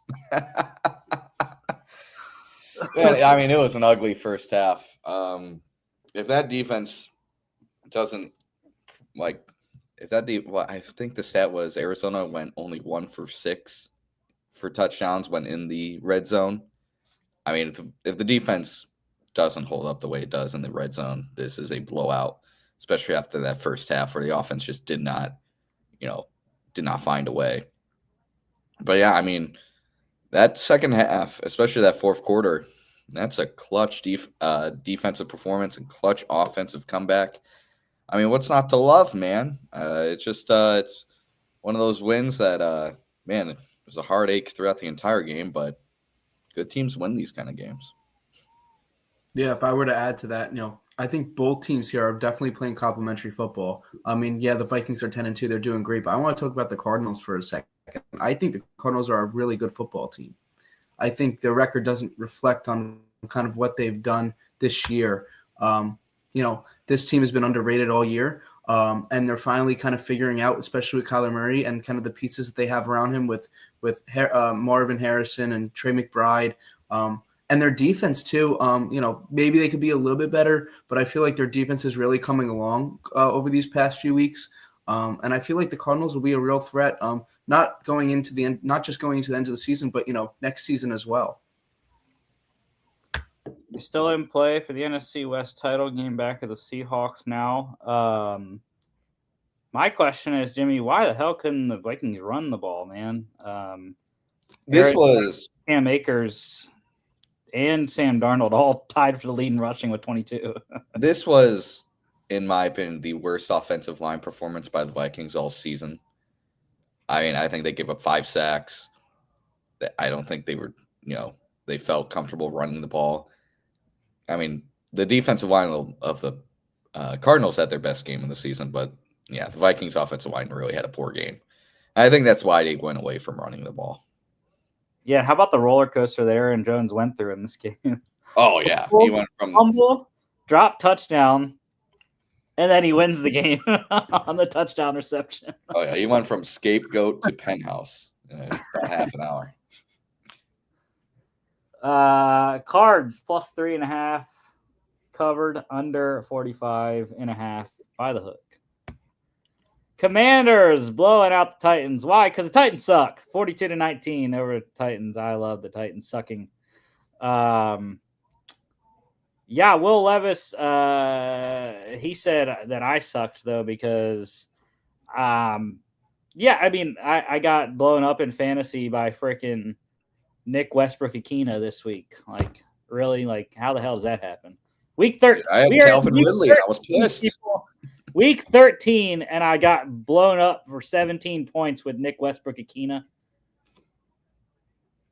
Dude, I was pissed. I had Ridley. You only got me like 6 points this week. One of those touchdown passes goes this way. I might be winning by a lot more than I already am. Yeah. Well, somebody has to produce on that offense. That's just what I'll say about that. Someone has to. It's the NFL. They don't have to do anything on offense. Nothing. They can do 0. I'm fine with having them do 0. I have the under. I have under wins here for the Titans. So we're one of them was a live bet this year that under 4. So I can only afford them to win one more this year. Yeah, it's getting close. I know. Titans couldn't run the ball at all. Commanders did very well run the ball. 200 yards of rushing offense in this one. B-Rob, 103 on 16 carries, a touchdown. Rodriguez there, 94 of 13 carries and a touch. Scary Terry was definitely scary. 8 targets, called all 8 for 73, 2 scores. I think this game vaulted Jaden Daniels probably back into the top of the offensive rookie of the year, unfortunately. 4 total touchdowns, 83.3%. This is early season Jaden Daniels' performance. Yeah, the Commanders really needed this one to turn around. The last couple games have been rough for them. This was really a get-right game for them, and they definitely capitalized on it. Covered minus 5.5, over 45.5. Bucks 26-23 over the Panthers in overtime. Dude, I hate Chuba Hubbard so much. So much. Why did we pay Chuba Hubbard? Why? Spent a second-round pick on Jonathan Brooks. Jonathan Brooks had a good game. Really good game, actually, because he got a lot more workload than he did his first game last week. And, dude, Chuba Hubbard spoiled so many things. The Panthers should have won this game. Bryce Young is for real. And I am so excited about the Panthers going forward. If they would have won this game, just for context, they would have been 2 games back in the NFC South, y'all. They would have had a chance at the division. I'm just saying. The way Bryce Young's playing, the way the defense is playing, and freaking Eddie Pinheiro, if he doesn't miss 2 field goals in this one, they win the game. So I think the Panthers are in a very good spot. I think the future is bright. They hit on mostly all their rookies this year. Obviously, Jonathan Brooks only 2 games so far. But again, he looked really good this game in his limited touches. He got 3 receptions, couple carries. But Bryce Young looks rejuvenated. He looks like he's very confident. I know the completion percentage isn't great. We really don't want him to throw 46 times, but had to in this one. They hit on Xavier Legette as well, and I'm really excited about the Panthers going forward.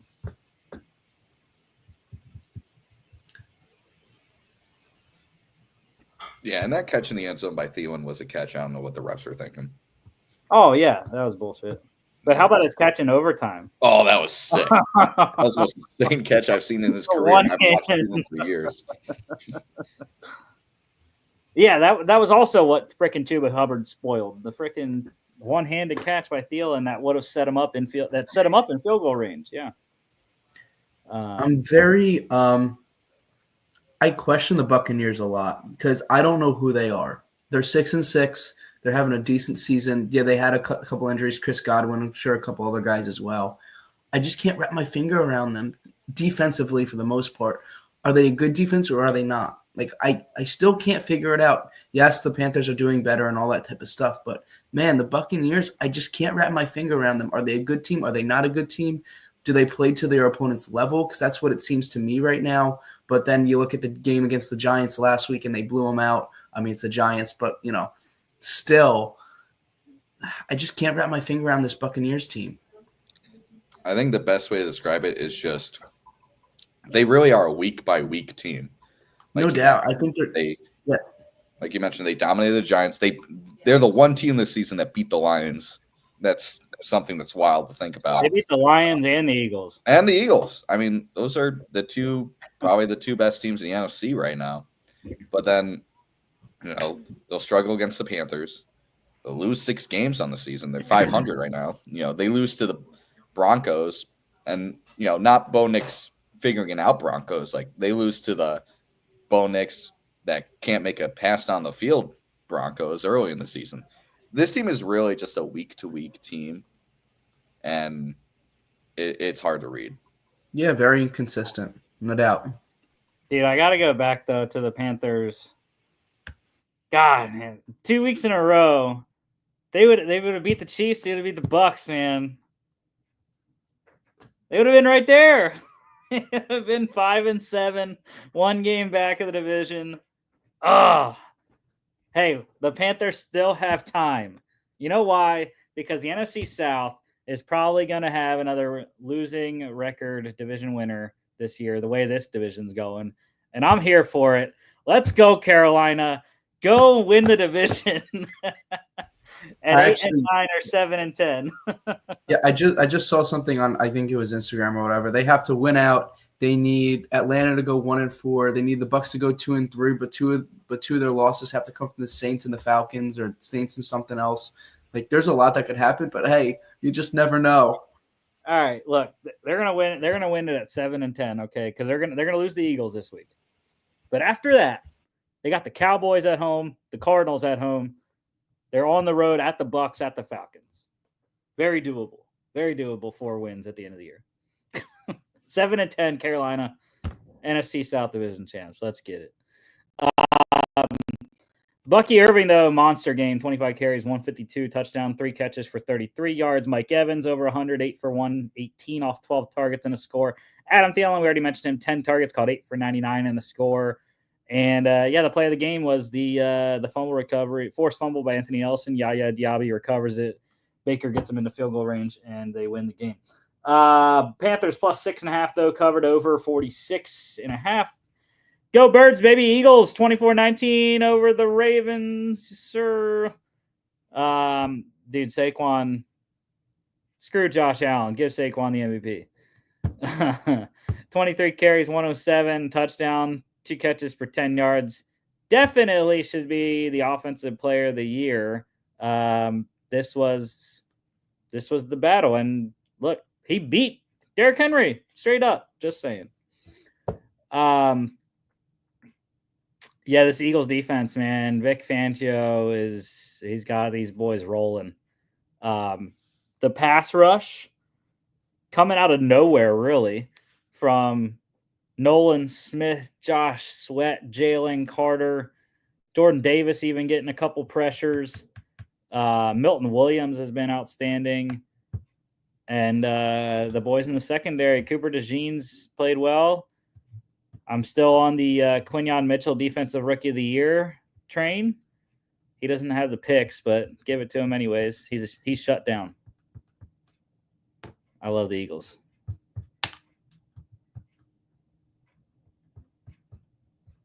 So Justin Tucker's washed. So that's the only explanation I can have for what I saw. I mean, it was a 5-point game, but it really wasn't. It really felt like Eagles won by like 10.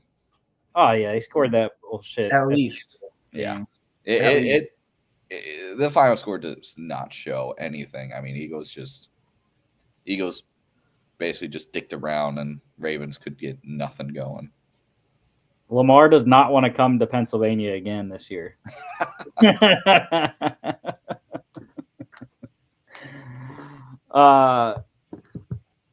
Yeah, because I think that Steelers game that's in Baltimore. Yeah. But yeah, I mean, and they didn't ask Jalen Hurts to do a ton in this game, but he did enough, and dude, AJ Brown, he has to be the best slant runner in the National Football League. I mean, it's easy money when they call a slant for him. He's literally Michael Thomas. Yeah, I think he's the best in the league. At this particular like slant route or anything in breaking is because of his play strength.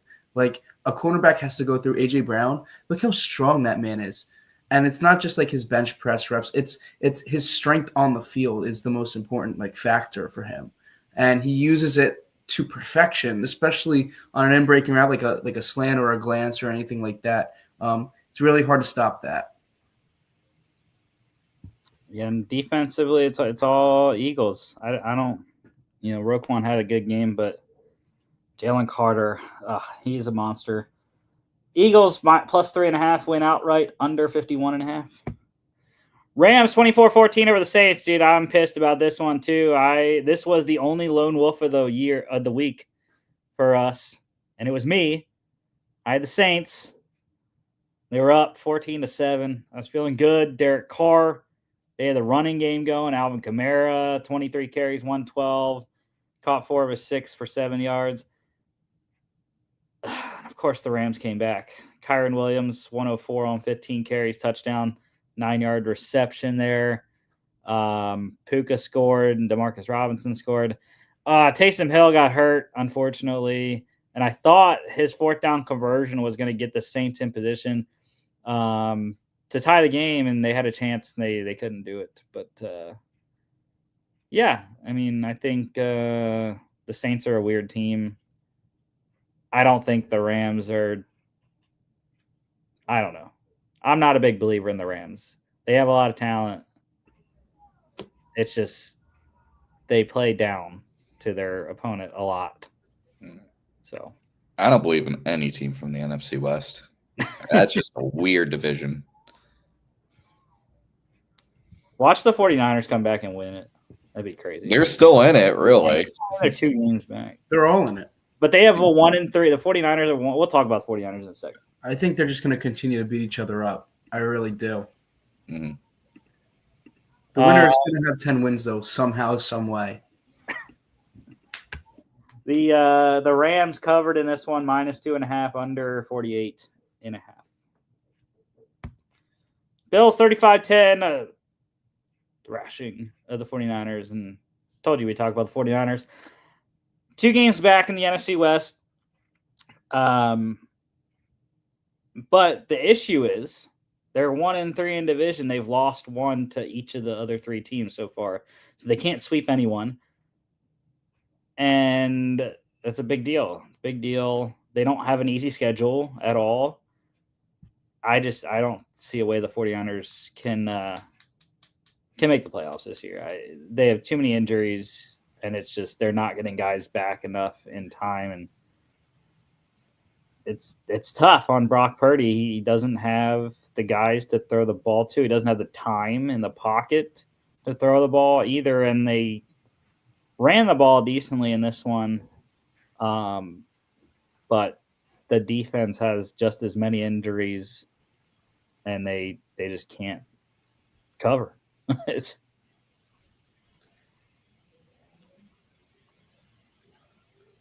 this game. Go ahead. Go ahead, Jimmy. I was going to say this is basically 2020 49ers if the injuries started like 4 weeks into the season instead of right away. It's just no one's healthy enough. No one's healthy at the same time. It's a huge loss. And I think the biggest loss, and prayers to this man for his loss, the biggest loss of the team was Trent Williams. Yesterday, I feel like a lot of people probably didn't even really notice at first, but that offense line just, even in the snow where everyone was playing slower, they really couldn't do their job. Yeah, I was just about to add, that game was so fun to watch because it wasn't traditional football, I guess you could say, because everybody was slipping and sliding all over the place. And, it was really cool to see, how they had to find, different ways to win. And then there's big runs breaking off because no one can tackle in the snow because of their footing. It was really fun to watch. But just adding to that, yeah, I think the 49ers just have the injury bug this year. I know last slide I just said, it's the NFC West up for grabs, but I don't think the Niners are going to be involved with that just based on kind of how their season's gone with the injuries and all that type of stuff. It's going to be really tough to get them back. But for the Bills, however, for them to come out and dominate this game, they are, everybody kind of ruled them out at the beginning of the year, and now look at them. Now they're 10-2 at the top of the AFC, and have really established themselves for this season. And I don't know about you guys, but if there's one place I wouldn't want to go to and play is Buffalo. I mean, not just because of the weather, but just because of the culture, because of the fans, because of everything that surrounds that stadium. That's probably one of the toughest places to play, maybe besides, I don't know, Lambeau. You can argue Lambeau, but those two, I mean, I wouldn't want to go to Buffalo to play a playoff game. I'll tell you that right now. Yeah, one loss from the Chiefs, and the Bills are in the 1 seed. It's going to happen. It's going to happen. Chiefs have a difficult schedule. Bills don't. But yeah, well, talk about the snow. Chris Collinsworth, man, why do you have to do that to Evan Anderson?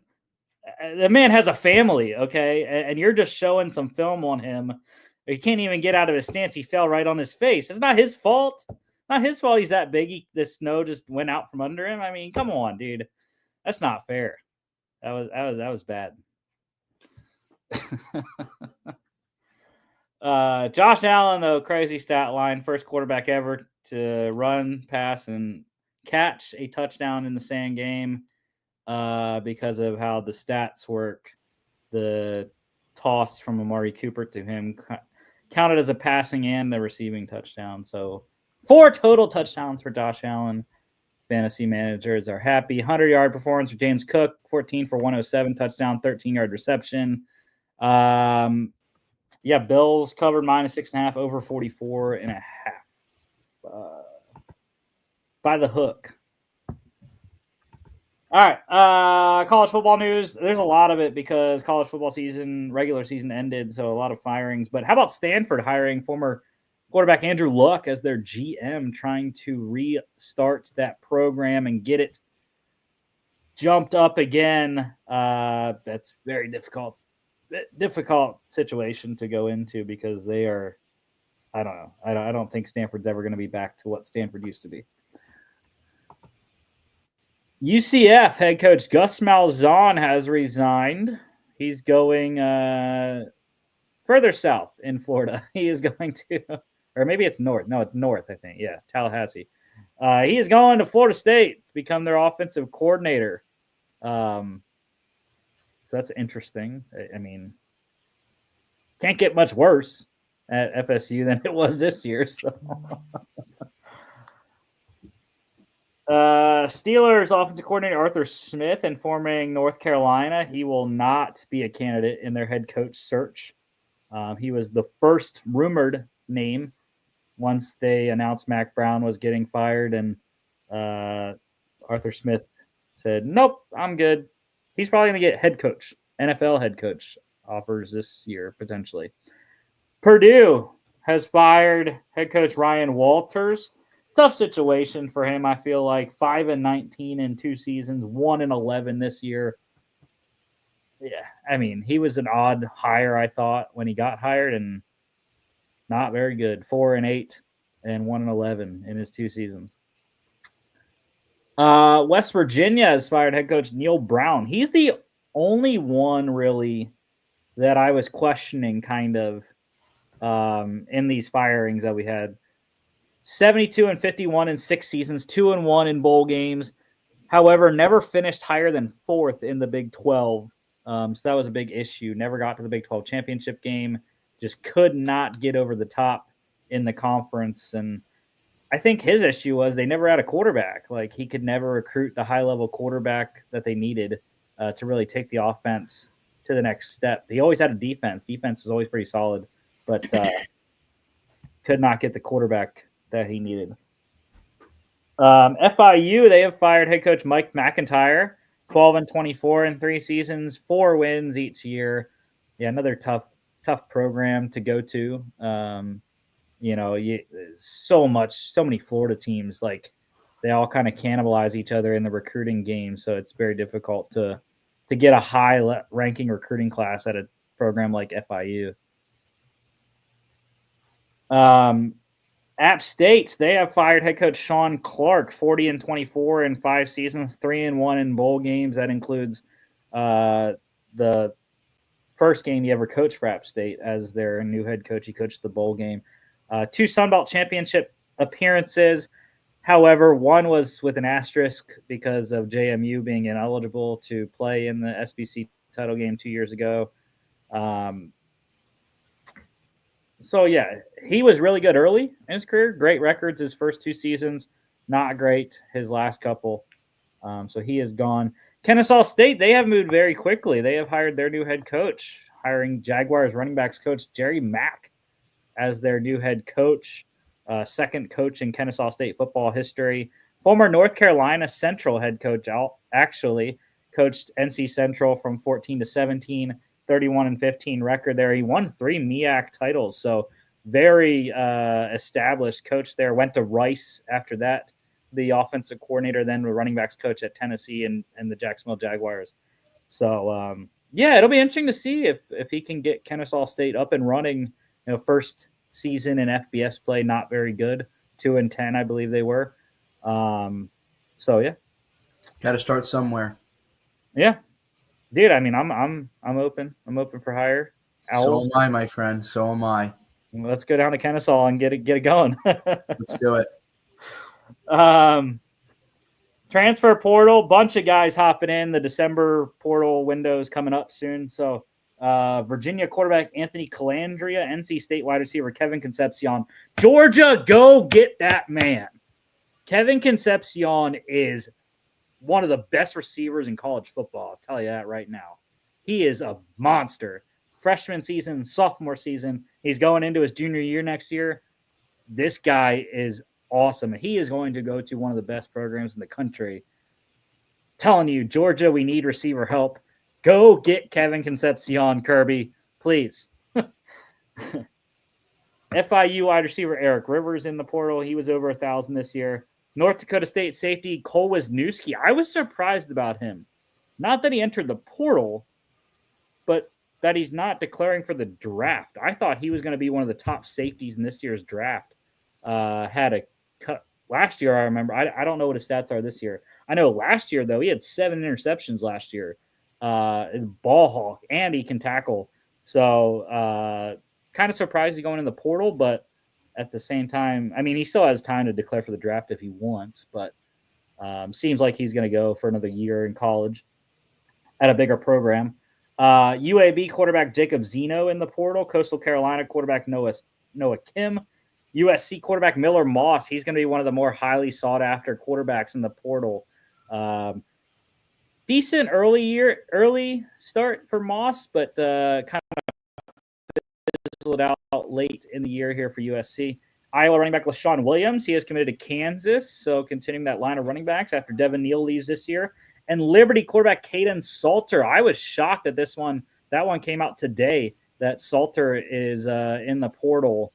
Another guy that I thought maybe might have went to the draft, but opting for another year in college. And again, he, just like Miller Moss, I think is going to be one of the highly sought after quarterbacks in terms of Power 4 schools.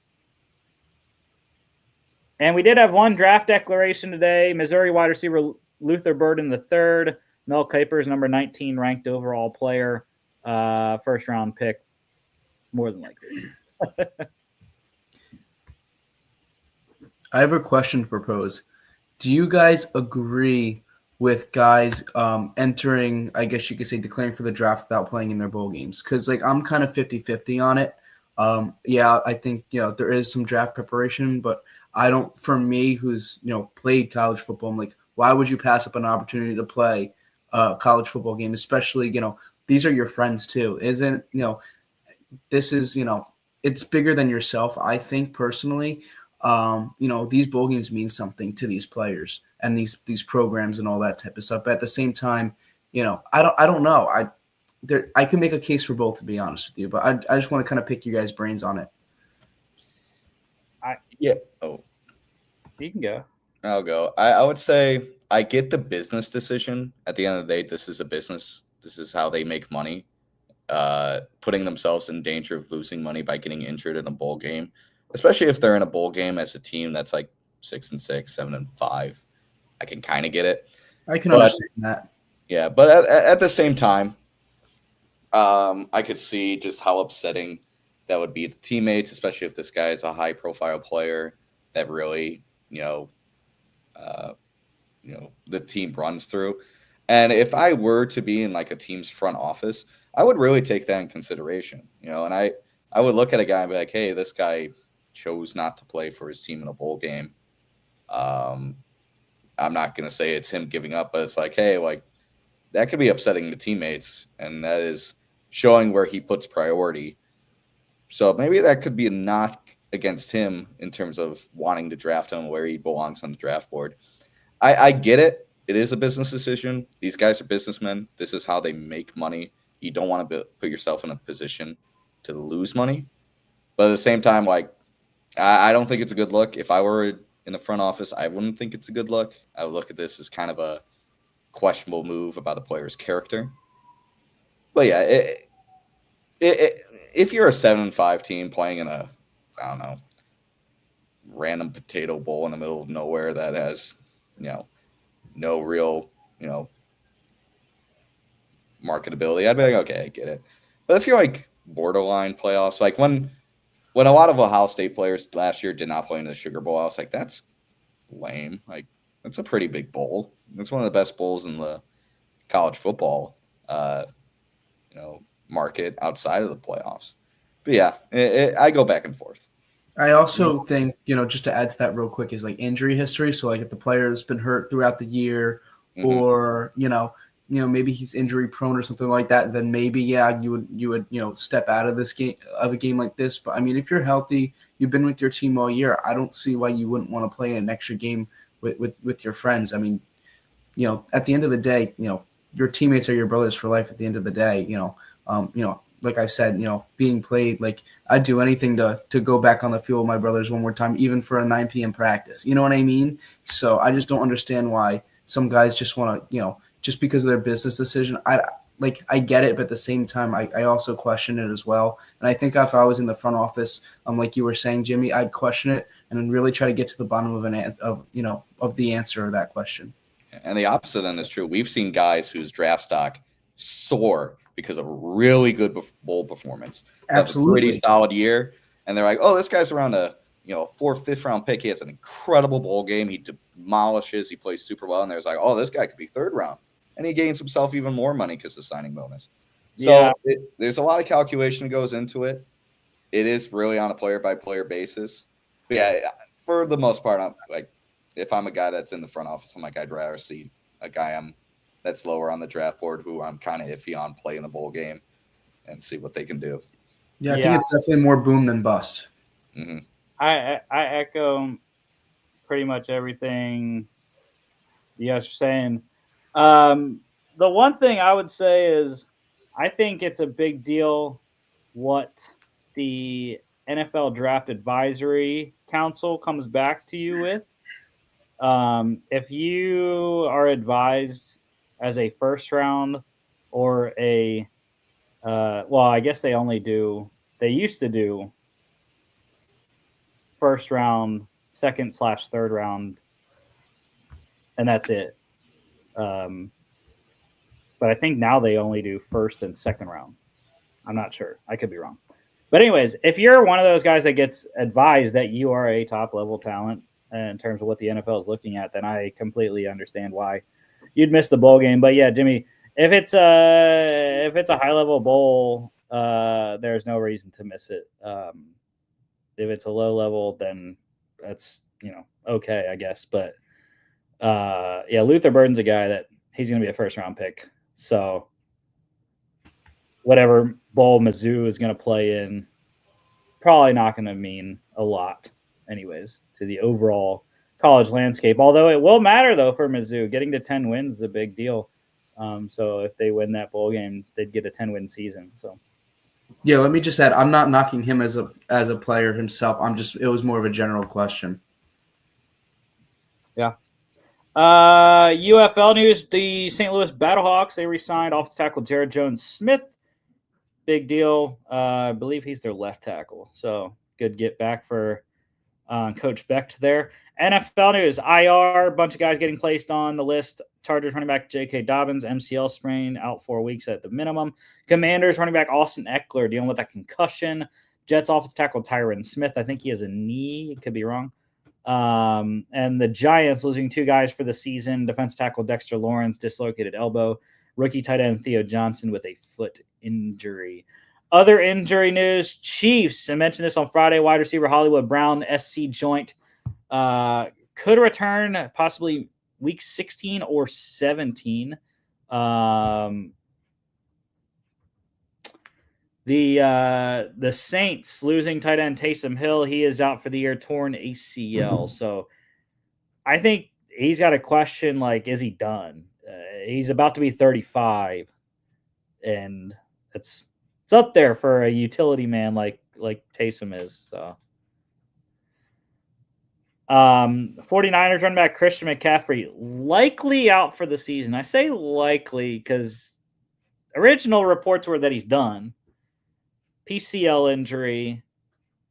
Haven't heard the extent of what it is, but they said 6 weeks, I think. So with what we talked about with the 49ers, I mean, he is done. Like, the 49ers probably aren't going to make the playoffs, so more than likely he's done. If they do make the playoffs, though, I think CMC could be back. Your Vikings, Jimmy, corner Stephon Gilmore, hamstring injury, but low grade, not long term, luckily. And to add even on top of CMC, running back Jordan Mason for the 49ers, he is also going on IR, high ankle sprain. Isaac Guerrero is your new lead running back in San Francisco. People are going to be spending crazy amounts of fab money on Isaac Guerrero to make a playoff run in week 14. And I have 0 fab money left, so I am SOL on that front. Ins and outs tonight. Browns wide receiver Cedric Tillman, concussion. He is out. Couple extensions. So the Jags, they signed left tackle Walker Little to a 3-year, $45 million extension. $26 million guarantee. I'm iffy on it. I don't know. They shipped Cam Robinson out, knowing Walker Little was their guy, I guess, former second-round pick. I'm not sold on it. And I'm not sold on any decision that Trent Baalke is allowed to make at this point right now.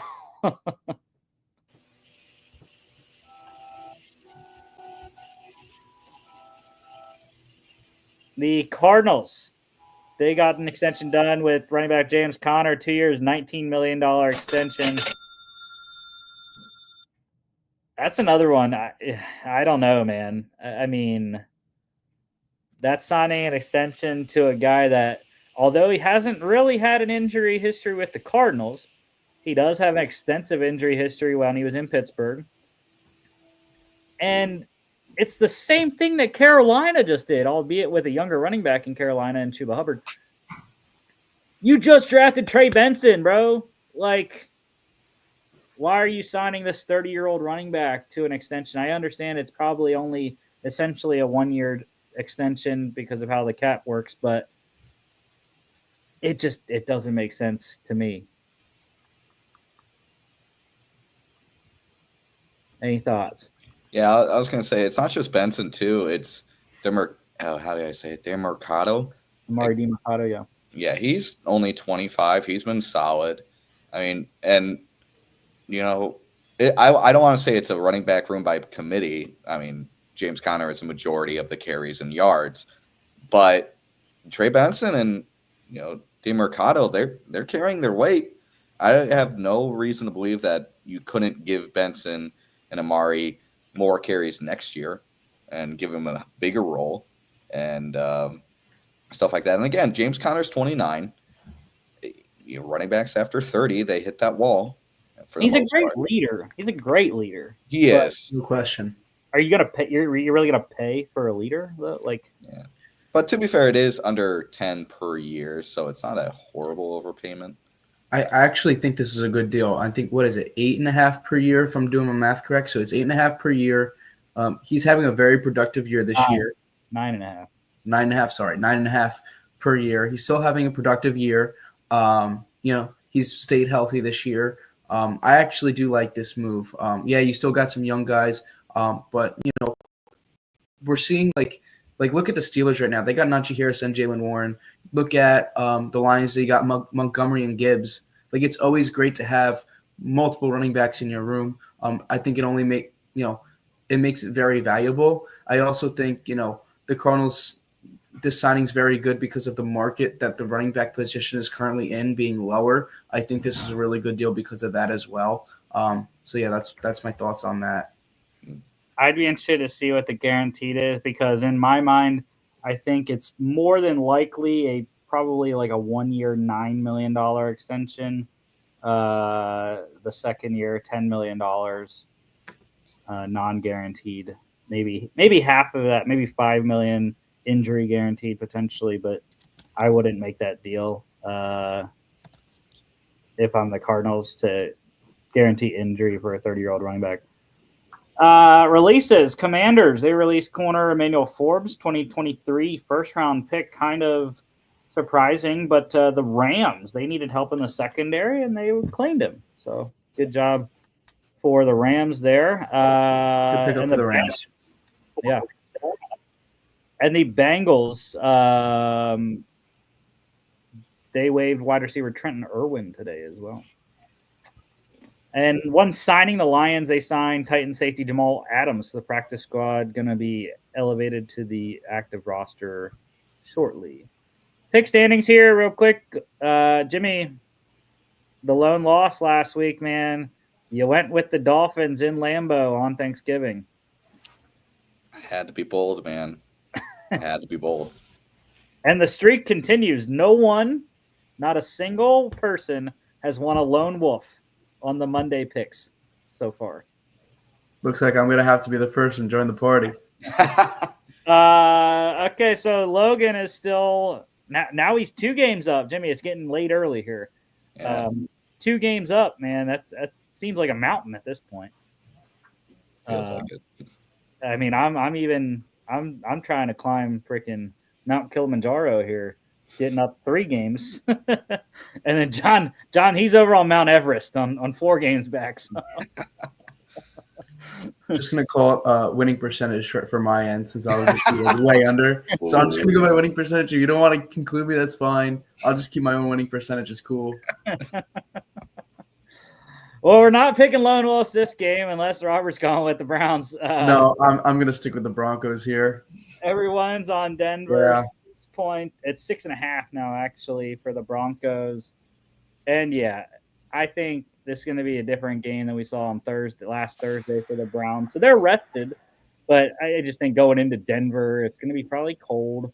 And this Broncos team has a lot to play for. They are trying to. They could tie the Ravens. I believe the Ravens still have a better conference record, so they would stay in the 6th seed. But Broncos are for real. Bo Nix, he's my dude. Be a big game from Cortland Sutton tonight. Please don't. I need him to score less than like 23 points to win my week. That's fine. I mean, all he's going to do is have 100 yards, 5 catches, and a touchdown. That's 21. I'll take that. There you go. Anyone else on this game before we move? No, I just think the Broncos are underrated this year. I think Bo Nix has developed as a quarterback. You've kind of seen it, his development over the past few weeks, just getting more comfortable within the offense and, just playing in the NFL as well. I think Myles Garrett will be a problem for him, but I think their offensive line has done a pretty nice job protecting Nix. So if they can develop a plan to get the ball for Nix to get the ball out of his hands quickly, I think they'll have no problem in this game. Yeah, some sprint outs, play action. Love it. Mm-hmm. 42.5 is the total. I am going with the under. Broncos defense shuts the Browns offense down. 8:15 p.m. ESPN, hour and 10 minutes away. And Thursday, I didn't get Logan's pick yet. But Jimmy, as far as I'm concerned, I believe that the Packers fan is going with the Packers. I don't know if that's going to be true or not. I don't know. But I think he's going to go with the Packers. So I don't think it's a lone wolf. I think it's a split. Robert can break the split, though. Oh, this is so tough. On the spot, too. Gosh. I think the Lions are due. However, Jordan Love has kind of had a couple rocky performances the past few weeks. The Lions have continued to be dominant. I wouldn't be surprised. What's the line? 3.5. So I wouldn't be surprised if the Packers cover this game, but give me the Lions to win the game, I think. But like I said, I think it's going to be a really, really close game. All right. Well, so why I'm going with the Packers, right? The Lions defense. That's why I'm going with the Packers. They are decimated in terms of injuries on the defensive side. Alex Anzalone's on IR. They're bringing freaking Jamal Adams, for God's sake, in because of their injuries in the secondary. And he might even play linebacker. Who knows? Because they need linebackers right now. They bring in Quan Alexander as well, who's freaking washed. And I haven't been very impressed by their pass rush since Aiden Hutchinson has gotten injured. So I'm going with the Packers. They're the healthier team. Jeff Hafley has his defense playing very good. It's going to be a tall test, obviously, in Detroit against one of the best, if not the best, offenses in the league. But I believe in Jordan Love against this Lions defense. I think it's going to be a high-scoring affair. But I think the Packers get the one stop that they need on Detroit, hold them to a field goal maybe instead of a touchdown, and that's the difference in the game. That's why the Packers win. Yeah, I wouldn't be surprised if that happened. I wouldn't be surprised at all. 51.5 is the total. I like the over. Like I said, I think high-scoring affair on Thursday night in Detroit. 8:15 p.m. Prime Video. Next week, we'll be back talking NFL Week 15, Bengals, Cowboys. What a fantastic game we have on Monday night next week. It's going to be great TV. Bengals, Cowboys, 2 sub-500 teams. And then Thursday, we got the Rams and the 49ers, another just magical matchup on Thursday Night Football. Don't forget to check us out on the FAA podcast on Instagram and X, FA_bets on X as well. FAApodcast.com's website. Check us out on YouTube, X, Instagram, Facebook, as well as Spotify, Apple Podcasts, iHeartRadio. See y'all on Friday.